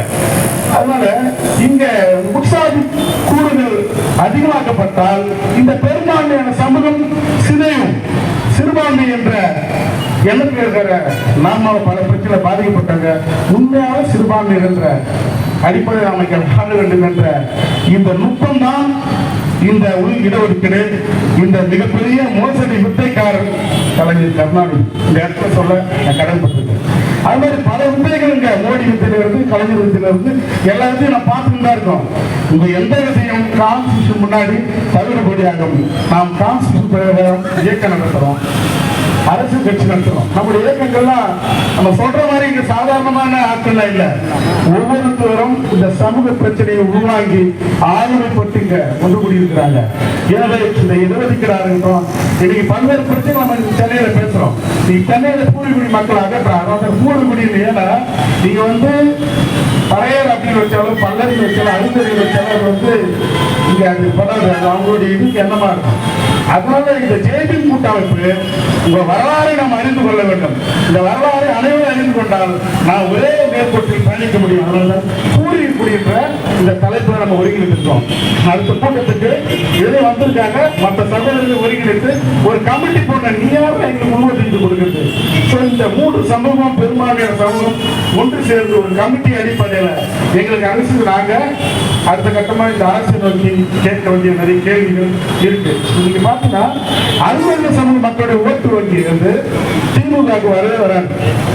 மேற்கு மண்டலங்களில் முழுக்க அதிமுக வர போடும். அவங்க என்ன யோசிக்கிறாங்கன்னா இந்த ஓட்டு வங்கி எப்படி உடைக்கிறது, அந்த வித்தை தான் ஓட்டு. எம்ஜிஆர் காலத்துல எல்லாமே அருந்ததி மக்கள் யாருக்கு ஓட்டு போடாம ஏடிஎம் கேட்டோம். இப்ப இந்த உள்நீதிமன்ற பொறுத்தவரை அவங்க கூட்டு பக்கத்தில் வச்சுக்கிட்டு முஸ்லிம்க்கு 3% இடஒதுக்கீடு கொடுத்துருக்காங்க. அந்த இடஒதுக்கீடு எப்படி பதினடிக்கிறா 90% அவங்களுடைய பெர்சன்டேஜ் முடிஞ்சு போயிடும், புரிஞ்சுக்குவோம். ஆனா இவங்களுக்கு என்னன்னா 3% கொடுத்து இந்த 15%க்குள்ளேயும் இவங்க கொடுக்கும்போது பெரும்பான்மை ஒரே சமூகம் மட்டும் பலனடைகிற மாதிரியான ஒரு விஷயம் இருக்கு. இப்ப கடந்த முனிசிபாலிட்டியில 2460 போஸ்ட் எடுத்தாங்க. அதில் பார்த்தீங்கன்னா 3% அவங்க கொடுக்கல, 7 பேர் தான் கொடுத்துருக்கணும். ஆனா 45 பேர்ல 40 பேர் நம்ம சகோதரர்கள் போயிருக்கு, 3 பேர் பறையர்கள் போயிருக்கு. இப்படி அந்த அதை வெளிப்படையா சொல்ல பேச முடியல. ஏன்னா இப்ப என்னன்னாக்கா ஒரு சமூகத்தை உயர்த்தி பிடிப்பதன் மூலமாக இன்னொரு சமூகத்தை மட்டுப்படுத்துவது, இவர்களுக்குள்ள பிரச்சனை உருவாக்குகின்ற ஒரு ஐடியாவுக்கு இந்த அரசு கையாளுது. நீங்க எந்த முறையில நீங்க இந்த சமூகத்தை கையாண்டாலும் எங்களுடைய பயணம் என்பது பூர்வீகுடைய வரலாறுகளும் வாழ்வும் உரிமையை நோக்கி நாங்க இந்த சமூகத்தை நோக்கி பயணம் பண்ணும்போது ஆட்சி அதிகாரங்கள்லாம் தலைகீழ் மாற்றமாக இங்கு சங்கமிக்கும். ஏன்னா நம்மளுக்கு பல குறியீடுகள் இருக்குது. வேற எந்த சமூகத்துக்கிட்ட போனாலும் பார்த்தீங்கன்னா எந்த குறியீடும் பின்பற்றாது. ஆனால் இந்த சமூகம் முழுக்க வானில் எண்ணற்ற நட்சத்திரங்கள் லட்சக்கணக்கில் கொட்டி கிடப்பது போன்ற லட்சக்கணக்கான குறியீடுகள் நம்மளுக்கு ஆதரியாக நம்ம இதை எடுத்து நாம் கான்ஸ்டியூஷன் பேஸில் நம்ம பயணிப்பது மிகப்பெரிய பலமாக இருக்கும் என்று கருதி கொண்டு இந்த ஜேபிஎம் என்ற முழக்கம், இந்த ஜேபிஎம் இயக்கம் தொடங்கப்பட்டு தொடர்ச்சியாக இந்த சமூக மக்களுடைய பயணத்தை மேற்கொள்வதன் மூலமாக இந்த மக்களுடைய நமக்கான அரசியலை நாம் வளர்த்திருக்க முடியும். இந்த போலீஸ் கூட ஏன் போயிட்டாங்க தெரியுங்களா? நாம சமூகத்தை துரோகப்படுத்துற மாதிரி இருந்து வச்சுங்களேன், பிரச்சனை நிற்பாங்க. சமூகத்தை ஒருங்கிணைக்கிற போது அவங்களே காணாம. ஏன்னா நமக்கு வேற ஒன்றும் பிரச்சனை இல்லை, அவங்க சரியா தான் பண்றாங்க, கான்ஸ்டியூஷன் தான் பேசுறாங்க. இங்க யாராவது நம்ம வாழ்க்கையில் வன்மம் ஒரு சமுதாயத்துக்கு எதிராக நம்ம பேசணும் இல்லை. இதுதான் பாபா சாஹேப் பேர். அவர் பாபா சாஹேப் பேசணும் தான் இந்தியா முழுக்க எல்லா சமூகம் பாபா சாஹேப் பின்னாடி நின்றாங்க. ஸோ அவர் லாங்குவேஜ் நம்ம பேசும்போது இன்னைக்கு பிற்படுத்தப்பட்ட சமூக மக்களுக்கு இந்த பிரச்சனை இருக்குது, அவங்க தெரியாம இருக்காங்க. பிற்படுத்தப்பட்ட மக்களுக்கு இடஒதுக்கீட்டுல நிறைய பிரச்சனை இருக்குது. அதை நாம் பயிற்சி மூலமாக நாம் அதை அனைவரும் கற்றுணர்ந்து நம்முடைய சகோதரர்களா இருக்கக்கூடிய தெரிந்தும் அருந்தும் புரியாம நமக்கு எதிராக கூட செயல்பட்டு நம்ம பேச வேண்டியது, கலந்துரையாட வேண்டியது, ஒரு பெரிய டிஸ்கஸ் இங்க நடக்கணும். அப்படி நடந்தால் மிகப்பெரிய மாற்றம். அவங்க நம்மளோட பெரும்பான்மை நம்ம கூட வருவாங்க. ஏன்னா நம்மளுக்காக அடிப்படை சட்டம் உறுதி செய்யப்பட்டிருக்கு. உண்மையான சமூகத்தில் ஓபிசி சகோதரர்கள் தான் பல எதிர்ப்பு, பல பெற முடியாத இருக்காங்க. ஸோ இந்த சாதிவாரி கணக்கெடுப்பு மூலமாக இங்க அனைத்து மக்களுக்கும் விகிதாச்சார அடிப்படையில் கொடுக்கிறது என்பதுதான் சமநீதி, சமூக நீதி. ஸோ இங்க பாத்தீங்கன்னாக்கா இன்னைக்கு 26 சமூகத்துக்கு ஒரே சமுதாயத்துக்கு 3% தான் மற்ற சமுதாயம். இந்த கேள்வியெல்லாம் இருக்கு. இந்த கேள்வி எல்லாம் ஒட்டுமொத்தமாக நாம் இந்த 3 சமூகத்தினுடைய பிரதிநிதிகள் சேர்ந்து இந்த அரசுக்கு எதிராக எழுப்ப வேண்டிய கேள்விகள். அந்த கேள்விகளோடு அடுத்த அரங்கிற்கு நாம் நகர்வும், அநியமாகவும் அதிகாரத்தினுடைய மாற்றத்திற்கு நாம் அதிகாரத்தை ஏற்படுத்துவோம். ஜெய்பீம், ஜெய்பீம், ஜெய்பீம். சகோதரர் பீம்குமார் அவர்கள் மிக அருமையான உரை டாக்டர் அம்பேத்கருடைய சட்ட வடிவத்தையும் டாக்டர் அண்ணாமலையோடையும் அதுக்கப்புறம் நம்முடைய மனிதர் ஐயத்தார் மனிதர்களுடைய வரலாற்றையும் மிக சிறப்பான முறையில் எடுத்துரைத்தார்கள். தாத்தா அண்ணாமலை சீனிவாசன் அடுத்து நம்முடைய நிலை என்ன என்பதை யாரெல்லாம் இன்னைக்கு திராவிடத்தை எங்கிருந்து வந்தது, திராவிடம் எங்கிருந்து வந்தது என்கின்ற வரலாற்றை மிக சிறப்பான முறையில் எடுத்துரைத்தார்கள். திராவிடம் என்பது எங்கிருந்து வந்ததுன்னா, இப்போ நம்ம கலைஞர் யார்களை தமிழ் கற்றுப்பாரு, அண்ணாக்களை தமிழ் கற்றுப்பாரு, அண்ணா யார்களை தமிழ் கற்றுப்பாரு, தந்தை பெரியார்களை தமிழ் கற்றுனார், தந்தை பெரியார் யார்களை தமிழ் கற்றுனாரு, திருவி கல்யாணம் யார் அவர், ஒரு பிராமணர் தமிழ் கண்டல் அவர்களை தமிழ் கற்றுனார். அப்போ திருவி கல்யாணம் யார்களை தமிழ் கற்றுனாரு, ஏற்பாடு பண்ணிட்டார், நம்ம தாத்தாக்களை கற்றுக்கிறார் என்ற வரலாற்றை இங்கே மிக சிறப்பான முறையில் அண்ணன் பீம்குமார் அவர்கள் மிக சிறப்பாக அளித்து வருகிறார்கள். அடுத்தபடியாக நம்முடைய மூத்த முன்னோடி இந்திய கடிப்பு விஜய் சாஸ்திரியினுடைய சேர்ந்த அருமதி அண்ணன் ராஜன் அவர்கள் நினைவுரை நிகழ்த்தமான அன்போடு டிவி கூட்டமைப்பை நடத்தும் பூர்வ குடிகளின் வாழ்வும் வரலாறும் இந்த பொதுக்கூட்டத்துக்கு தலைமையை நடத்தி கொண்டிருக்கும் அருமை அண்ணன் ஆர்.என். அருண்குமார் அவர்களுக்கு என்னுடைய நன்றி கண்ட வணக்கத்தை தெரிவித்துக் கொண்டு, அதே நேரம் முன்னிலை வைத்து நடத்தி கொண்டிருக்கும் அருமை சகோதரர் பீம்குமார் நிறுவன தலைவர் உரிமை இந்தியா வருகின்றார்.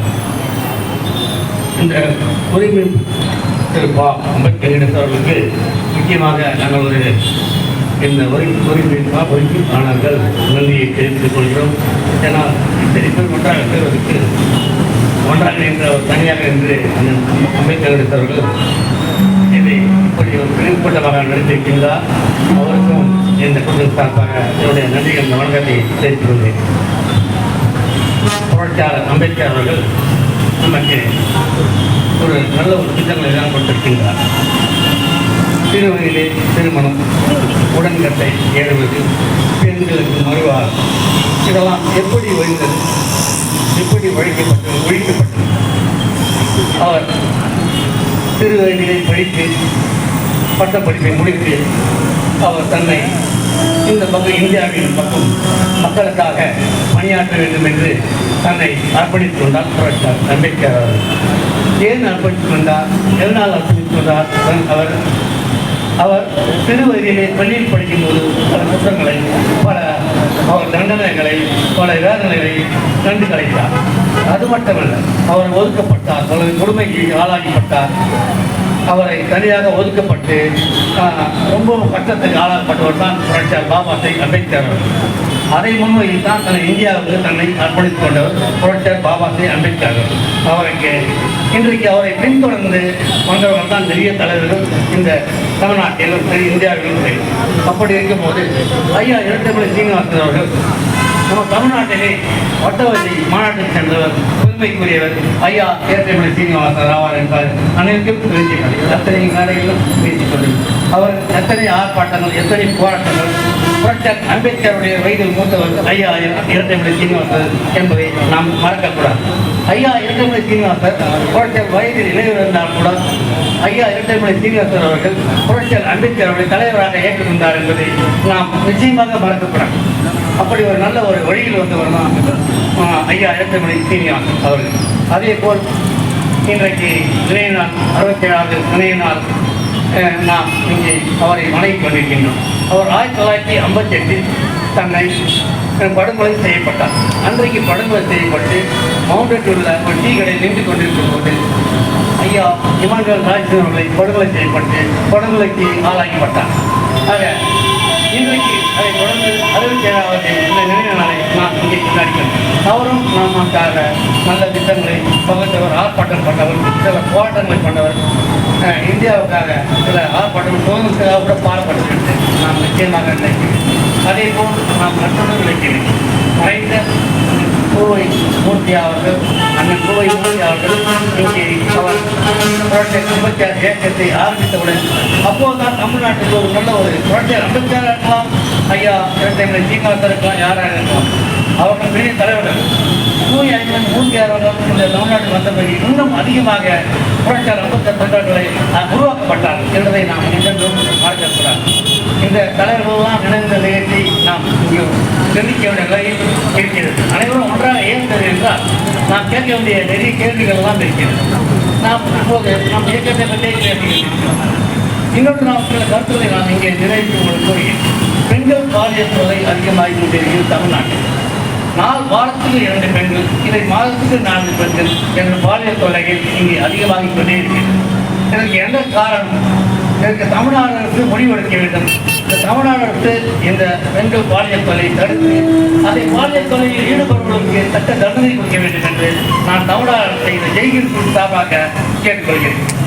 பெண்களுக்கு என்ற உரிமை இந்த தமிழ்நாட்டில் பெண்களுக்காக தனியாக போராடிய புரட்சியாளர் அம்பேத்கர் என்பதை நாம் மறக்கப்படாது.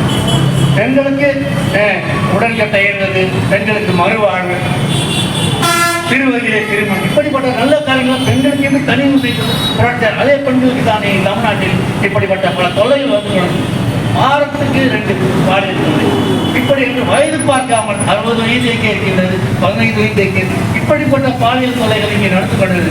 நிச்சயமாக தமிழக அரசு இதற்கு முடிவெடுத்து இந்த பாலியல் தொல்லை செய்ய குற்றவாளிக்கு கடும் தண்டனை கொடுக்கும்படி நான் இந்த ஜெய்பீம் கூட்டத்தின் சார்பாக நான் கேட்டுக்கொள்கிறேன். இந்த ஜெய்பீம் கூட்டம் அமைப்பு நாங்கள் அமைத்து ஒன்றாக சேர்ந்து இந்த அதிக அளவுக்கு நல்ல ஒரு பெரிய திரண்டு அனைத்து தலைவர் மீண்டும் ஒன்று சேர்ந்து இந்த கூட்டம் நல்ல ஒரு அமைப்பாக இருக்க வேண்டும். புரட்சியாளர் அம்பேத்கர் நமக்கு என்னெல்லாம் சொன்னார், என்ன சொன்னார்னா, நாம் ஒரு அழகான தேரை செய்திருக்கிறோம், அதை பின்னோக்கி செல்லாமல் முன்னோக்கி செல்லுகிறது. எப்படி நாம் முன்னோக்கி சென்று கொண்டால் அப்படி முன்னோக்கி செல்லிக் கொண்டே இருக்கும் போது நம்முடைய அன்பு தலைவர் மறைந்த ஆசிரியர் படுகொலை செய்யப்பட்டார். அவரை ஏழைகளுக்காக பல உதவிகளை செய்து கொண்டிருக்கின்றார். திருமணங்களுக்கு உதவிகள், பட்டம் படித்துக் கொண்டிருக்கும் மாணவர்கள் எல்லாம் அவர் படிக்க வைத்து பல உதவிகளை செய்து ஆசாரங்களை படுகொலை செய்யப்பட்டார். படுகொலை செய்யப்பட்ட தமிழக அரசு தெரியாது என்றார். எப்படி தெரியாது? அவர் இருக்கும் வீதியில் எப்பொழுதும் 30 பேர் 35 பேர் சுற்றி கொண்டிருக்கிறார்கள். அவர் 6 மணியில் தாக்கப்பட்டு படுகொலை செய்யப்பட்டார். இதை காவல் நிலையம் கண்காணிக்க முடியவில்லையா? ஏன் இதை முன்கூட்டி அவர்கள் தெரியவில்லை? ஏன் இதை தடுக்கவில்லை? இதை தாழ்த்தப்பட்ட தலைவர்கள் இன்றைக்கு பெரிய தலைவர்கள் படுகொலை செய்யப்பட்டால் எங்களுக்கு இங்கே கூடிக்கொண்டிருக்க அனைத்து தலைவருக்கும் என்ன பாதுகாப்பு இருக்கிறது? நாங்கள் எப்படி வெளியே செல்ல முடியும்? அவருக்கு ஏற்பட்ட நிலையில் எங்களுக்கு நாங்கள் இங்கே இன்றைக்கு நின்று கொண்டிருக்கோம். நாங்கள் வீடு போய் சேருவோமா என்று தெரியாத சூழ்நிலையில் இங்கே நின்று கொண்டிருக்கோம். ஒரு தலைவருக்கு வந்து தான் மற்ற தலைவருக்கும் இதையெல்லாம் தமிழ்நாடு அரசு வேடிக்கை பார்க்கக்கூடாது. நிச்சயமாக தமிழ்நாடு அரசு இப்படிப்பட்ட குற்றங்கள் செய்வதற்கு தக்க தண்டனை தருமாறு இந்த ஜெய்கும் கூட்டத்தின் சார்பாக கேட்டுக்கொள்ளப்படும். இதே போல்தான் இன்றைக்கு நினைவு நாள் நடந்து கொண்டிருக்கிறோம். ஐயா மறைந்த இமானுவேல் ராஜ்சன் அவர்களும் படுகொலை செய்யப்பட்டார் மாவட்டத்தில். இப்படி எத்தனை தலைவர்கள் படுகொலை செய்யப்படுவார்கள்? ஆகையால் தமிழக அரசு இப்படிப்பட்ட படுகொலை நாங்கள் எங்கள் தலைவருக்கும் இவர்கள் கேட்கின்ற போது பார்க்கும்போது எங்களுக்கு எப்படி வெளியே செல்ல வேண்டும் என்று எப்படி நாங்கள் போக வேண்டும் என்று தெரியாமல் இருக்கிறது. இதையெல்லாம் தமிழக அரசு எங்கள் தலைவர்கள் அனைவருக்குமே நிச்சயமாக பாதுகாப்பு தர வேண்டும். எங்களுக்கு இல்லை என்றால் நாம் எப்படி வீடு போய் சேர முடியும்? ஒவ்வொரு தலைவர்களும் படுகொலை செய்யப்பட்டார். ஆக இந்த தெய்வம் கூட சார்பாக நீங்கள் அனைவரும் நாம் தெய்வம் கூட்டணி பெருக வேண்டும், அதிகமாக தலைவர்கள் ஒன்றாக இணைய வேண்டும், நாம் வளர்ச்சி பெற வேண்டும் என்று சொல்லி என்னுடைய ஜெய்பிங்க இல்லை எல்லாருமே படுகொலை செய்யப்படுறாங்க. ஒவ்வொருத்தரா ஐயா தேவை முன்வருக்கார்கள் முதல் கொண்டு அந்த நான்காவது வரை இங்கே ஒவ்வொருவரும் படுகொலை செய்யப்பட்டு கொண்டிருக்கார்கள். பாதுகாப்பு இல்லை. அந்த பாதுகாப்பு வேண்டும் என்று ஜெய்பின் கூட்டமைப்பிற்கு மையப்படுத்தியிருந்த காரணத்தினால் இந்த ஜெய்பின் கூட்டமைப்பினர் இதற்கான ஆய்வு செய்து அதற்கான அடுத்த கூட்டத்தை உங்களுக்கு தெரிவிப்பார்கள் என்று சொல்லிக்கொண்டு அடுத்தபடியாக இன்றைய தினத்தில் சமுதாயத்தில் நம்ம சமுதாயம் என்று சொன்னாலும் கூட பாபா அம்பேத்கர் அவர்கள் 1956 டிசம்பரில் பௌத்தம் தொடர்ந்தார் என்று சொல்கின்ற போது அந்த பௌத்தத்தை இங்கே சரியான முறையை கடைபிடித்து தலித் மக்கள் முன்னணி என்கின்ற ஒரு அமைப்பை ஏற்படுத்தி அதனுடைய பொதுச் செயலாளராக தொடங்கி கொண்டிருக்கின்ற பௌத்த அறநெறிகளை போதிக்கும் கொள்கைகளை போதிக்கும் தம்ம ஆச்சாரியா என்று கூட சொல்லலாம். அப்படிப்பட்ட நம்முடைய மூத்த முன்னோடி அரக்கோணம் அண்ணன் மோகன் அவர்கள் நெருங்கி வருகிறமாக நண்போடு இருக்கிறோம். பூர்வக்குடியில் வாழ்வும் வரலாறும் என்ற தலைப்பில் ஜெய்பின் கூட்டமைப்பு சார்பாக நடைபெற்றுக் கொண்டிருக்கின்ற கூட்டத்தினுடைய தலைவர் தயா ஒருங்கிணைப்பாளர் பொதுச் செயலாளர் RM அருண்குமார் அவர்களே, இந்த நிகழ்ச்சிக்கு முன்னிலை வைத்துக் கொண்டிருக்கின்ற பீம் இந்தியா ஒரு நிறுவன தலைவர் பீம் குமார் அவர்களே, வரவேற்புரை நல்கிய இந்திய குடியரசுக் கட்சியினுடைய தலைவர் ஒருங்கிணைப்பாளர் M ராஜன் அவர்களே, இந்த நிகழ்ச்சிக்கு சிறப்பாக கருத்துக்களை வழங்கி அமர்ந்திருக்கின்ற தயா மக்கள் கட்சியினுடைய தலைவர் ஈரா தமிழ்ச்செல்வன் அவர்களே, தமிழ் மாநில முன்னேற்ற கழகத்தினுடைய நிறுவன தலைவர் டாக்டர் UKM மாறன் வழக்கறிஞர் அவர்களே, இந்த நிகழ்ச்சிக்கு வருகை தந்த நிகழ்ச்சியை மிக அற்புதமான கருத்துக்களை வழங்கி அமர்ந்திருக்கின்ற சென்னை துறைமுக SSC கூட்டமைப்பினுடைய துணைத் தலைவர் டாக்டர் யஸ்வந்த்ராவ் அம்பேத்கர் அவர்களே, வழக்கறிஞர் திருத்தணி வழக்கறிஞரும் எங்களை அருமை நண்பருமான சரவணன் அவர்களே, மற்றும் இங்கே செய்திகளை வழங்கி அமர்ந்திருக்கின்ற மக்கள் சமநீதி கழக தலைவர் அதிதீரன் அவர்களே, மற்றும் இங்கே நிகழ்ச்சி மிக அற்புதமாக ஒருங்கிணைத்திருக்கின்ற மக்கள் நீதி கட்சியினுடைய நிறுவன தலைவர் டாக்டர் அம்பேத் வெங்கடேஷ் அவர்களே, அகில இந்திய பெண் உரிமை இயக்கத்தினுடைய நிறுவன தலைவர் PG அஜிதா அவர்களே, மற்றும் இந்த நிகழ்ச்சிக்கு வருகை தந்திருக்கின்ற அத்தனை பெரியவர்களே, சமுதாய தலைவர்களே, மற்றும் சில பேரை நான் சொல்ல முடியும்னா அதெல்லாம் வருத்தப்பட வேண்டாம். எனவே இந்த நிகழ்ச்சி மிக குறுகிய எண்ணிக்கையிலே மக்கள் இருந்தாலும் கூட இங்கே ஒரு சமூக கண்ணோட்டத்தோடும் ஒரு அம்பேத்கர் சிந்தனையோடும் ஒரு உண்மையான ஒரு சமூக ஆர்வத்தோடு இங்கே கூடியிருக்கின்ற இந்த கூட்டம் இந்த நாட்டை இந்த ஆண்டு கொண்டிருக்கின்ற ஆட்சியாளர் நிறுவனம் எங்கே கூடியது ராபின்சன் பார்க்கில் ஒரு 5 பேர் கூடினாங்க. அவங்க கூடினதனுடைய விளைவு இங்கே வந்து இது வரைக்கும் 67 இது வரைக்கும் இந்த நாட்டை ஆண்டு கொண்டிருக்கிறார்கள். 67க்கு முன்னால ஒரு ஆட்சி நடந்தது, காங்கிரஸ் இருந்தது. இப்படி நாம கம்பேர் பண்ணி பார்த்தோம்னா நமக்கு நல்லா தெரியும் நம்ம எப்படியெல்லாம் ஏமாற்றப்பட்டிருக்கின்றோம், மண்ணின் மனிதர்கள் என்பது நமக்கு தெரியும். 67க்கு முன்னால நாம பார்த்துருக்கோம். முதல்ல நான் இங்க இருக்கிற தலைவர், நம்முடைய மறைந்த தலைவர்கள் நிறைய பேர் இந்த மாதத்திலே செப்டம்பர் மாதத்திலே மறைந்திருக்கின்றார்கள். எல்லாருக்கும் நாம நம்முடைய தலைவர்களுக்கெல்லாம் அவருடைய வீடு தெரிந்த போராட்டங்களுக்கு நாம் நன்றி சொல்ல கடமைப்பட்டிருக்கின்றோம். எனவே ஒரு தலைவரை நாம் புகழ்வதை விட, அவருடைய சிலைக்கு மாலை அளிப்பதை விட, அவரை நாம் அவருடைய உருவத்திற்கு வெளிப்படுவதை விட, அவருடைய சிந்தனைக்கு, அவருடைய நோக்கத்துக்கு, அவர் ஆற்றிய இந்த சமூகத்துக்காக அவர் எந்த சிந்தனை விட்டு சென்றாரோ அவர்கள் நடைமுறைப்படுத்துவதுதான் அம்பேத்கர்வாதிகளுக்கு மிகப்பெரிய ஒரு புத்தாங்கம். எனவே வரலாற்றை படிக்காதவர்கள் வரலாற்றை உருவாக்க முடியாது. பாபா சாஹேப் அம்பேத்கர் அவர்களை பற்றி நாம் ஏன் எடுத்துக்கணும் சொன்னா, பாபா சாஹேப் அம்பேத்கர் எதையெல்லாம் அவர் அனுபவித்தார் ஜாதியின் பேராக, அதை படிக்கிற போதே அவர் கொலம்பியா பல்கலைக்கழகத்தில் the caste in India and genesis and development, இந்தியாவில் ஜாதிகள் அதன் தோற்றம் வளர்ச்சி பற்றி ஒரு ஆராய்ச்சி கட்டை எழுதி டாக்டரேட் பண்ணுவாங்க. அது மட்டும் இல்லை, பாபா சாஹேப் அம்பேத்கர் நாம் யாரு, அன்டச்சபிள் மூவாதே நாவலே பிகம் அன்டச்சபிள், தீண்டாதவர் யார், அவர்கள் எப்படி தீண்டப்படாத ஆக்கப்பட்டார்கள் என்று அவர் வந்து ஒரு ஆராய்ச்சி நூலை எழுதி வச்சிருக்காரு. அதான் நம்ம முதல்ல படிக்கணும். நம்ம படிக்கலாம். நம்ம யாரும் தெரியாம நம்ம வந்து என்ன பண்ண முடியாது, நம்ம எதிரி யாரும் தெரியாம நம்ம வந்து என்ன பண்ண முடியாது, பயணத்தை தொடர முடியாது, இல்லை போருக்கு போக முடியாது. எதிரியே தெரியாம தான் நம்ம இன்னும் வந்து எங்கேயே ஒரு வட்டத்துக்குள்ள சுத்தி கொண்டு இருக்கோம். அங்கதான் நம்ம பார்க்க முடியும். ஏன்னா பாபா சாஹேப் அம்பேத்கர் வரலாற்றுல அவர் என்ன பண்ணார், 1927 மனுஸ்மிருதி கொடுத்தார். 1927 1932 அவர் லண்டன் வட்டமேஜை மாநாட்டுக்கு போனார். வட்டமேஜை மாநாட்டு. ஆனா 1935 அவரு ஒரு கருத்து சொன்னார். எவ்வளவு மாநாடு சொன்னார், நான் இந்துவாகப்பட்டேன், நான் சாகும்போது இந்துவாக சாக மாட்டேன். அதுபோல 1956 அவர் பயணத்தோன்ற போது ஒரு பௌத்தனா அக்டோபர்ல நாகப்பட்டினம் தழுவினார். நம்முடைய பிரச்சனை இந்து மதத்தை பற்றி இல்லை, நம்முடைய பிரச்சனை சமூக பிரச்சனைகள், இடஒதுக்கீடு, பந்தமிழர் நம்ம தலைவர் மிக அற்புதமாக சொன்னார்கள் தமிழ் செல்வன் அவர்கள் மற்றவர்கள்லாம். நம்முடைய பிரச்சனை நம்முடைய தாத்தா ரெட்டமணி சீனிவாசன் அவர்கள் 1891 லண்டன்ல இருக்கிற பிரிட்டிஷ் பாராளுமன்றத்தில் அவர் வந்து நிலம் வேணும் தாழ்த்தப்பட்ட மக்களுக்குன்றதுக்காக டிப்ரெஷன் கிளாஸ் லேண்ட் ஆக்ட், அதன் பிறகுதான் 12 லட்சம் ஏக்கர் நிலம் இருக்கின்றது. நமக்காக இருக்கின்ற நிலத்தை நாம இதுவரைக்கும் அது பல கோர்ட்டில் தான் வந்து கொடுக்கணும், இந்த மக்களுக்கான நிலத்தை அவர்களுக்கு கையகப்படுத்தி கொடுக்கணும்னு சொன்னா இந்த அரசாங்கம் இதுவரைக்கும் எந்த நடவடிக்கை எடுக்கல. மயில இறகு போடுறா போடாது.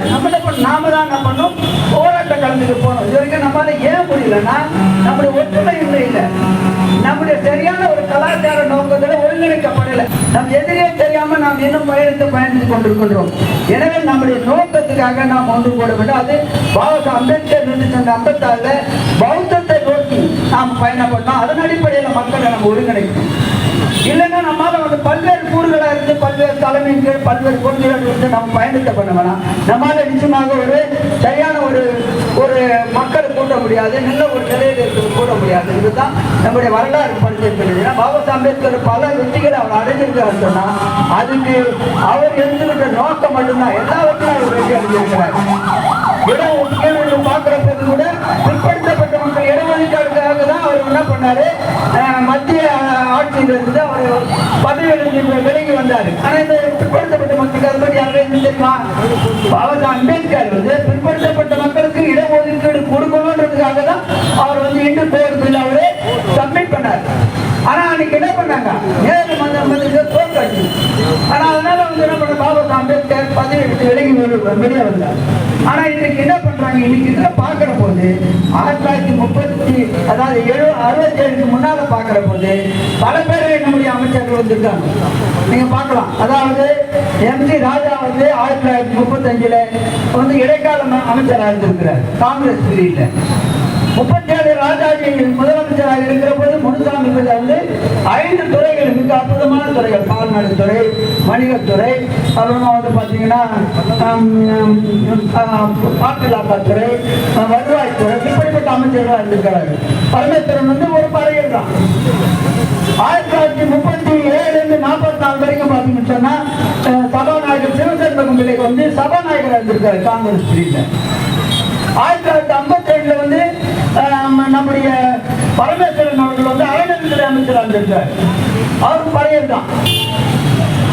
1952 இருந்து 67 வரைக்கும் நம்முடைய கட்டண அவர்கள் வந்து பொதுப்பணித்துறை அமைச்சராக இருக்கிறாரு, உள்ளாட்சித்துறை அமைச்சராக இருந்திருக்கிறாரு, கல்வித்துறை அமைச்சராக இருந்திருக்கிறார், வருவாய்த்துறை அமைச்சராக இருக்கிறார். 67 பின்னால் நம்முடைய வரலாறு பார்க்கிறோம். இந்த சமூக நீதி திராவிட மாடல் ஆட்சியில நாம் என்ன அமைச்சர்களாக இருந்திருக்கின்ற வரலாறு பார்க்கவே முடியாது. நீங்க வந்து ஏதோ ஒன்றுக்காக தான் நம்ம இருக்கோம். இதை நோக்கி தான் நம்ம பயணப்படணும். நாம வந்து நம்முடைய கேள்விக்கு எதை நோக்கி இருக்கோம்னா நமக்கான உரிமைகள் என்ன, நமக்காக வழங்கப்பட்டிருக்காங்க, மற்றவர்கள் யாராருக்கு கொடுத்துருக்காங்க. அதுதான் நாங்கள் நம்ம ஜாதி வாரி கணக்கெடுப்பு உடனே சொல்றோம். கடந்த 67 இது வரைக்கும் என்ன துறைகளில் யார் யார் இருந்திருக்காங்க, எவ்வளவு காலம் இருந்திருக்காங்க, நமக்காக வழங்கப்பட்ட நிதி எவ்வளவு, அந்த நிதி எவ்வளவு செலவு செய்யப்பட்டுள்ளது என்பதுதான் நம்முடைய கேள்வியாக நம்ம இருக்க வேண்டும். அதே போல பார்க்கிறோம், இன்றைக்கு வந்து நான் பார்க்கிறோம் இடஒதுக்கீடு என்பது ஒரு 18 தான் இருக்கணும்ன்ற அவசியமே இல்லை. இன்னைக்கு வந்து பாத்தீங்கன்னா 50% இடஒதுக்கீடு பிற்படுத்தப்பட்ட மக்கள் கொடுத்திருக்குது. அது என்ன சட்டத்தில் இடம் இருக்குதா? இல்ல. 18 நல்லா சொன்னா 69% இடஒதுக்கீடு கொடுத்திருக்கான்னு சொல்றாங்க. ஏன் அது 80% இருக்கக்கூடாதா? ஒரு அருந்ததிக்கு ஒரு 5% கொடுது. 80% மத்திய 20% கொடுது. இன்னைக்கு பக்கத்துல பார்க்கலாம், ஜாதி வாரி கணக்கெடுப்பு எடுக்கப்பட்டு கர்நாடகாவில் வந்து 24 இருந்த எஸ்டி இடஒதுக்கீடு 26 மாத்தினாங்க. பீகார்ல ஜாதி வாரி கணக்கெடுப்பு எடுக்கப்பட்டு 18 இருந்தது வந்து 16 18 மாத்திருக்காங்க. இப்படி பல மாநிலங்கள்ல வந்து ராஜஸ்தான்ல வந்து 10% இருந்தது, 20% இடஒதுக்கீடு மாற்றப்பட்டது எஸ்சி மக்கள். எனவே நாம கேட்கறது நான் சொல்றேன்னா, நம்முடைய தமிழ்நாட்டில் இடஒதுக்கீடு எஸ்சி மக்களுக்கு 25% உயர்த்தணும். 2011 மக்கள் கணக்கெடுப்பின் அடிப்படையில் 25% உயர்த்து. இதுக்கு என்ன இடம் கொடுக்குது என்பதை அப்பாற்பட்ட கேள்வி. நீ இடஒதுக்கீடு வந்து 80% மாற்றுதல் இல்லை 100% போடு. பாபா சாஹேப் அம்பேத்கர் சிந்தனை என்ன சொன்னார்? அவர் ரவுண்ட் டேபிள் கான்ஃபரன்ஸ்ல ப்ரொபோர்ஷன் ரெப்ரசன்டேஷன் விகிதாச்சார அடிப்படையில் பங்கீடு. ஊர்ல பாக்குறோம், நம்ம புளியா மரத்தில் ஒரு கிராமத்துல புளியா மரம் இருந்ததுன்னா 100 மரம் இல்லை 70 மரம் இருந்துச்சுன்னா எல்லாம் எத்தனை தலைக்கட்டுக்குதோ அது தலைக்கட்டு கரெக்டா பிரிச்சுக்குவான். நீண்டு முடியாம ஏற்கனவே கரெக்டா பிரிப்பான் தலைக்கட்டு. யாருக்கும் குறைவாகவே நிறைய பண்ண முடியாது. ஆனா இந்த சமூக நீதி ஆட்சியில என்ன பண்றாங்க, மக்கள் பழையர்கள் பெரும்பாலும் ஏமாற்றப்பட்டிருக்கிறார்கள். அத்தனை துறைகளும் ஏமாற்றப்பட்டிருக்கிறார்கள் என்பதுதான் இது. எனவே இன்றைக்கு கல்வி கூட மிக அதிகமாக பாதிக்கப்பட்டவர்களாக இருக்கின்றவர்கள் அடித்தளத்து மக்களாக இருக்கின்ற ஏழை எளிய மக்கள். அவர்களுடைய கல்வி அவர்கள் அரசாங்க கல்வி கொடுக்கின்றன. ஆனால் கல்வி இன்றைக்கு 4 விதமான கல்வி இருக்குது, 5 விதமான கல்வி இருக்குது.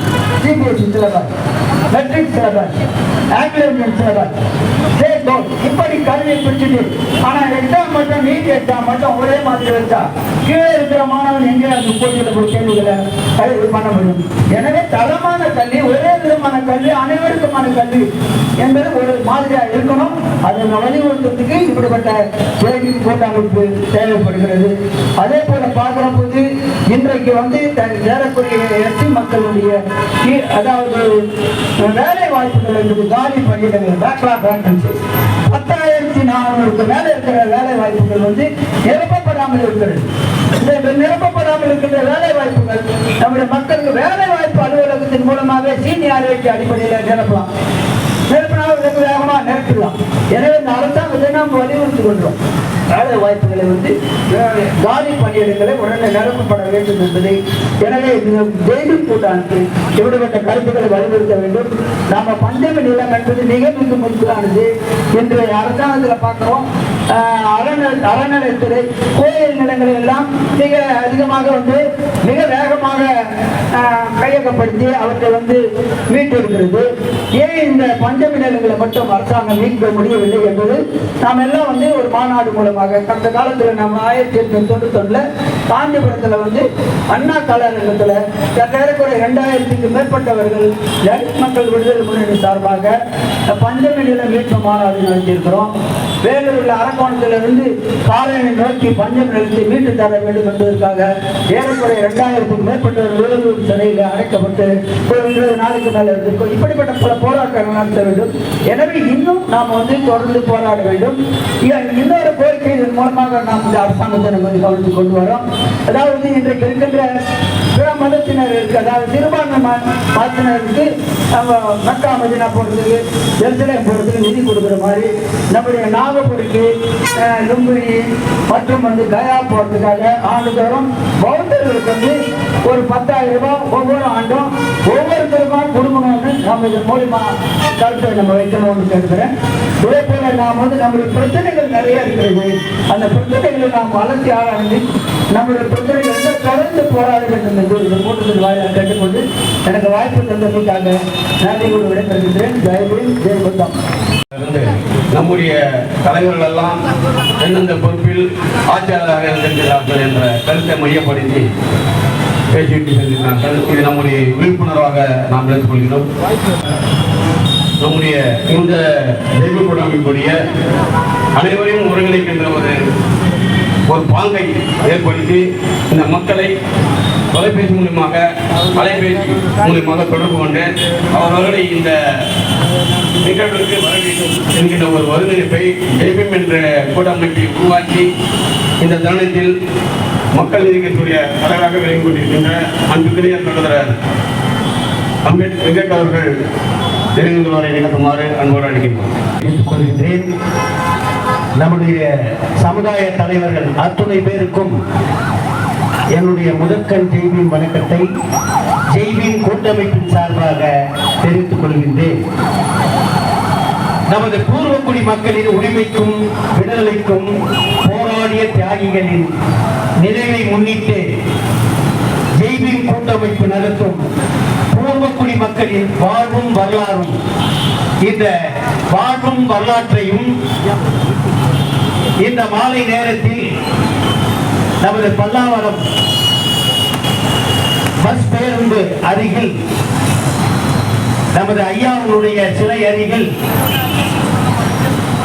இங்கே புயலென புறப்பட்டு வந்திருக்கும் முதல் பொதுவுடைமையாளர் புத்தரின் வாரிசுகளே, அம்பேத்கரின் வாரிசுகளே, தலைமையேற்றும் சிறப்புரையாற்றும் வந்திருக்கும் என் அருமை சீர்திருத்த சிங்கங்களே, உங்கள் அத்துணை பேருக்கும் என்னுடைய ஜெய்பீம் கலந்த வணக்கத்தை தெரிவித்துக் கொள்கின்றேன்.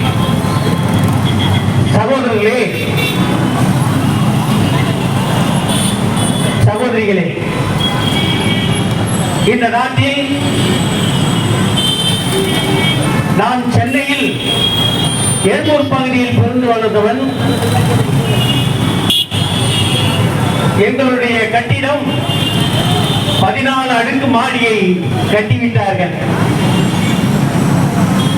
14 அடுக்கு மாடியை கட்டிவிட்டு, ஆனால் பிஜேபியில் உள்ள அமித்ஷா உறவினரும் திராவிட கட்சியின் உறவினர்களும் அங்கே தொழிலாளர் வர்க்கத்தை துரத்திவிட்டு, பிஎன்ஸ் ஆலையை துரத்திவிட்டு, அதனுடைய சட்ட திட்டத்தையும் அழித்துவிட்டு, ராமசாமி உடையாரிடம் இருந்த அந்த பிஎன்சி மில்லு, அன்றைய இருந்த முரசொலி மாறன் தொழில்துறை அமைச்சராக இருந்தவர், அந்த பிஎன்சி மில்லு தொழிலாளர் தொழிற்சங்கத்தை தொழில் அந்த அறையை வாங்கி கொண்டு, இடத்தை வாங்கி கொண்டு, இன்றைக்கு மாறன் பிரதர்ஸ் அப்படி என்ற ஒரு நிலையை உருவாக்கி, இன்றைக்கு அமித்ஷா வரை, அவங்க உறவினர்கள் வரை அந்த இடத்தை பங்கு போட்டு 45 அடுக்கு மாளிகை கட்டி அங்கே நம் இடத்தினுடைய மக்கள் அனைவரையும் பெரும்பாக்கம், கண்ணகி நகர் இது போன்ற இடங்களில் நம்மை மாற்றி அமைத்து வருகின்றார்கள். ஆக நான் என்னை சகோதரர் திருமாவளவன் ஒரு வள்ளுவர் கோட்டத்தில் என்னையும் அருமை சகோதரர் திருமாவளவன் அவர்களையும் அழைத்து ஒரு ஆர்ப்பாட்டம் வைத்தார்கள். அந்த ஆர்ப்பாட்டத்தில் என்னுடைய உரையை நான் எடுத்துக் கூறினேன். இதே போலதான் திராவிட இயக்கமும் இந்த பிஜேபி இயக்கமும் மறைமுகமான ஒரு கூட்டணியை தான் வைத்துள்ளது. அது சகோதரர் திருமாவளவனுக்கும் நன்றாக தெரியும் என்று நான் நினைக்கின்றேன். அது உண்மைதான். அவரும் கூறுகிறார். என்னவோ அவர் இன்று மதுவிலக்கு மாநாட்டிற்கு அதிமுகவை தற்பொழுது அழைத்திருக்கின்றார். பாருங்க, இன்றைக்கு இப்பொழுது நடக்கின்றது நமது தியாகி இமானுவேல் நினைவிடத்தில் அடில் சற்று முன் செய்தி இப்பொழுது நடந்து கொண்டிருக்கின்றது. அங்கே அடில் நடந்து கொண்டிருக்கின்றது அவருடைய நினைவிடத்தில். காரணம், இந்த மக்களை ஒன்று சேர்க்க விடமாட்டார்கள். இருக்கிறார்கள். பாதுகாப்பாக இருக்கக்கூடிய மக்களுக்கு பதட்டமாக உருவாக்கி, அடில் தடியில உருவாக்கி தடியடி நடத்தி கொண்டு அங்கு இருக்கின்றார்கள் இன்றைய சூழலில். ஆகவே இது போன்ற செய்திகளை நாம் இங்கே பார்த்துக் கொண்டு இருக்கின்றோம். ஐயா சென்னையில் நாங்கள் கூடியிருக்கும் போது ஐயா ஆரிய சங்காரர், அவருடைய சொந்த பெயர் வந்து கேப்ரியல், அவர் வந்து ஆரிய சங்காரர். இது போன்ற அவருடைய சென்னை ஓட்டேரி பகுதியில், சென்னை ஓட்டேரி இடுகாட்டில் அவர் ஒரு இறுதி ஊர்வலத்திற்கு வருகின்றார். இறுதி ஊர்வலத்திற்கு வரும்பொழுது சுடுகாட்டில் ஹரிச்சந்திரன் கோவில், 2 கோவிலே இருக்கின்றன. பிற்படுத்தப்பட்ட மக்களுக்கும் இருக்கின்றன, பட்டியலின மக்களுக்கும் இருக்கின்றன. இந்த ஹரிச்சந்திரன் கோயில் என்னடா 2 ஹரிச்சந்திரன் கோயில் என்று எட்டி உதைத்தாரு. உடனே சாஞ்சது அந்த ஹரிச்சந்திரன் கோயிலே. அப்படிப்பட்ட ரொம்ப ஹைட்டான, ரொம்ப டாலா இருப்பாரு. அது அவர் யாரையும் பார்க்கவே மாட்டார். அப்படிப்பட்ட ஒரு தலைமை வாய்ந்த ஒரு தலைவர். அப்ப அது போன்ற தலைவரை இதே திமுக திராவிட முன்னேற்ற கழக ஆட்சியில தான் அவர் கூட கேஜி நேசன், கணேசன் சொன்னார் பாத்தீங்கன்னா, அவர் பேர் கேஜி நேசன். அவரும் அவங்கெல்லாம் கூட்டாளி ஒன்றா போனாங்க. ஒரு மீட்டிங் பேசிட்டு வராங்க. வரும்போது லாரியில, மண் லாரியில ஏற்றி அவரை சாகடிக்கிறாங்க. இதுதான் வந்து இன்றைய வரைக்கும், ஆம்ஸ்ட்ராங் வரைக்கும் இந்த திராவிட இயக்கங்கள் தான் இதுதான் பண்ணிட்டு இருக்குதுங்க.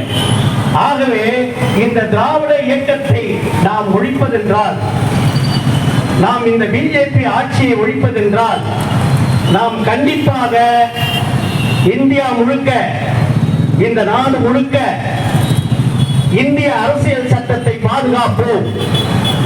ஜெய்பீம் கூட்டமைப்பு வலுவாக நின்று நாம் இந்த இந்திய அரசியல் சட்டத்தை பாதுகாப்போம் என்று உறுதியளித்து எங்களுடைய இந்த கூட்டமைப்புக்கு அனைவரும் வருக வருக என வரவேற்று ஜெய்பீம் ஜெய்பீம் என்ற வணக்கத்தை முழக்கி, ஏனென்றால் காவல்துறைகள் இன்னும் வந்து பாதுகாப்போடு இருக்கின்றார்கள். நம்ம அனைவரும் சென்னை முழுக்க போகணும், தம்பி வந்து மரக்காணம் போகணும், இன்னொருத்தருக்கு ஈரோடு போக வேண்டும், அப்படி போன்ற ஒரு இடையூறுகள் இருப்பதால் இந்த கூட்டமைப்பை இன்னும் விரிவாக செலுத்தி நிச்சயமாக அடுத்தபடியாக நம்ம யூகேஎம் மணிமாறன் ஐயா அவர்கள் தலைவர் ஒருங்கிணைப்பாளர் அடுத்த ஒரு 2 வாரத்தில் பிரஸ் மீட்டை வைப்பார் என்பதை இதன் மூலமாக தெரிவித்துக் கொண்டு, அதுக்கு அடுத்தபடியாக சகோதரர் மரக்காணத்தில் இருந்து நமது அதிதீரன், ஒரு இளைஞராக இருந்தாலும் எழுச்சி மிக்க தலைவராக இருக்கின்றார் அந்த ஒருங்கிணைப்பாளர் சகோதரர். அவர் மரக்காணத்தில் இருந்து நாம் சென்னையை நோக்கி நாம் வந்து பரப்புரை பயணத்தை நாம் துவங்குவோம் என்பதை இதன் மூலமாக இந்த ஜெய்பீம் கூட்டமைப்பின் சார்பாக தெரிவித்துக் கொண்டு விடைபெறுகிறோம். ஜெய்பீம் ஜெய்பீம். வணக்கம். அதாவது தயா அமைப்பை சேர்ந்தவர்கள் ஒரு வேண்டுகோளை முன்வைத்தார்கள். நாங்கள் இது வரைக்கும் இந்த தலைவரெல்லாம் நாங்கள் பார்த்ததில்லை, அவங்களிடம் எங்களை அறிமுகப்படுத்துங்க அப்படின்னு சொல்லி கேட்டுட்டாங்க. நான் இந்த நினைவுக்கு கொடுத்த தலைவராக தலைமை பொறுப்பேற்றாலும் கூட இங்கே இருக்கின்ற அனைத்து தலைவர்களும் அனுமதி கேட்கின்றேன். அவர்களை அறிமுகப்படுத்தி செய்வதற்கு அனைவருக்கும் ஒப்புதல் அளிப்பீர்களா என்ற நிலைப்பாட்டில் வந்திருக்கின்றோம். அடுத்தபடியாக தயவுடைய மாவட்ட பொறுப்பாளர்களை கொண்டிருக்கின்ற அச்சரபாபு தொகுதியினுடைய அருமை தம்பி தங்கமுத்து அவர்கள் நன்றியுரை நிகழ்த்துமாறு அன்போடு அளிக்கின்றோம். முதல் மேடை பேச்சாக இருக்கிறது. அது நன்றி கூறுகிற உரை என்பது எனக்கு மிக்க மகிழ்ச்சியாக இருக்கிறது. உங்களை போன்ற சான்றவர்களுக்கு, உங்களை போன்ற ஒடுக்கப்பட்ட மக்களுக்கு, வெகுந்திருந்த அவர்களுக்காக போராடுகின்ற உங்களுக்காக நான் பேசுகிற பொழுது, உங்களுக்கு நன்றி தெரிவிக்கிற போது மிக்க மகிழ்ச்சியாக இருக்கிறது. அந்த தருணத்தை எனக்கு இந்த வேலையிலே எனது அண்ணன் தயா அமைப்பின் செயலாளர் அருண்குமார் அவர்களுக்கு நான் முதலாவது வணங்கி இந்த வாய்ப்பை தந்ததற்கு அவருக்கு நன்றி தெரிவித்துக் கொண்டு, என் அருமை சகோதரர் சத்யா புல்லர் சத்யா அவர்களுக்கும் நான் நன்றி தெரிவித்துக் கொண்டு உங்களுக்கு நன்றி சொல்ல நான் கடமைப்பட்டவனாக இந்த வேலையை நான் இருக்கிறேன். உங்களுக்கு நன்றி சொல்வதற்கு நான் என்ன செய்ய வேண்டும், ஒரு பேராக எப்படி படித்து சொல்ல வேண்டும் என்று நினைத்துக் கொண்டிருந்தேன். ஆனால் அண்ணன் அவர்கள் எல்லாருக்கும் நீங்கள் நன்றி சொல்லவே தோன்றும் அப்படின்னு ரொம்ப சொல்லிட்டாரு. ஆனால் உங்களுக்கு நன்றி சொல்வதற்கு முன்னாடி எனக்கு ஒரு சின்ன ஒரு எண்ணம் தோன்றியது. இவர்கள் எல்லாம் வரலாறாக வாழ்ந்துவிட்டு சென்று விட்டார்கள். இன்று அவர்களுக்கு நாம் இந்த தீபங்களை ஏற்றி வைத்திருக்கிறோம். இந்த தீபங்களை பார்க்கும்போது பல விஷயங்களை இப்போது எனக்குள்ளே தோன்றியது. இந்த தீபம் வெளிச்சத்தை உண்டாக்குகிறது. இருட்டல்ல இருந்து இது வெளிச்சத்தை கொடுக்குது. இன்னொரு விஷயம், அதை தொட்டா சுடும். அதுக்கு அடுத்தபடியா அது தன்னைத்தானே மூடிக்கொண்டே இருக்கும். இப்படிப்பட்ட நம்ம இப்போ பார்க்குறப்போ இது பார்க்குறோம். ஆனால் இது பார்க்காத ஒவ்வொருத்தரும், உங்களை போன்ற ஒவ்வொருத்தருக்கிட்டையும் தீபம் எரிந்து கொண்டிருக்கிறது. நான் இதை நினைத்து கொண்டிருக்கிறேன். ஏன்னா எல்லாரும் ஒரு தருணத்தில் பல அடக்குமுறையில், நசுக்கப்பட்ட வேலையில், அதிகாரங்களால், அடக்குமுறையினால இப்படிப்பட்ட சூழ்நிலையில சந்திச்சு நீங்கள்லாம் இந்த மாதிரி ஒரு தலைவர்களாக உருவாக்கிங்க. நீங்க இதுவரைக்கும் எவ்வளவு பெரிய பிரச்சனைகளை சந்திச்சிருக்கீங்க, உங்களோட வரலாறுகள் எல்லாம் எனக்கு தெரியாது. ஆனா நிச்சயமா உங்களுக்கு பின்னாடி நிறைய விஷயங்கள் இருக்கும். எப்படிப்பட்ட உங்களுக்கு நன்றி சொல்ற இந்த முதல் வாய்ப்பை எனக்கு கொடுத்துருக்காங்க. நான் உங்க எல்லாருக்கும் நன்றி தெரிவிக்கிறேன். வந்திருக்கேன். இந்த அமைப்பு பார்த்தீங்கன்னா இந்த நிறைய அமைப்புகள் இருக்காங்க, அதிகமாக இருக்கிறாங்க. ஆனால் இன்னைக்கு ஜெய்பீம் என்ற ஒரு கூட்டமைப்புக்குள்ள வந்து நிற்கும் போது மிகப்பெரிய சந்தோஷம். எல்லாம் இன்னைக்கு கேட்கும்போது வெகு தூரத்தில் தன்னோட கூடுகளை விட்டு இந்த கூட்டத்துக்கு ஒரு பறவை மாதிரி எல்லாரும் ஒரு வேடந்தாங்கல் மாதிரி வந்து சேர்ந்துருக்கிறத பார்த்தா மிகப்பெரிய மகிழ்ச்சி. இந்த ஜெய்பீம் கூட்டம் இந்த பல்லாவரத்தில் இல்லை, இந்தியாவை நோக்கியும் பயணம் செல்லும் என்று நான் வாழ்த்தி உங்கள் அனைவருக்கும் நன்றி தெரிவித்துக் கொள்கிறேன். நன்றி, வணக்கம்.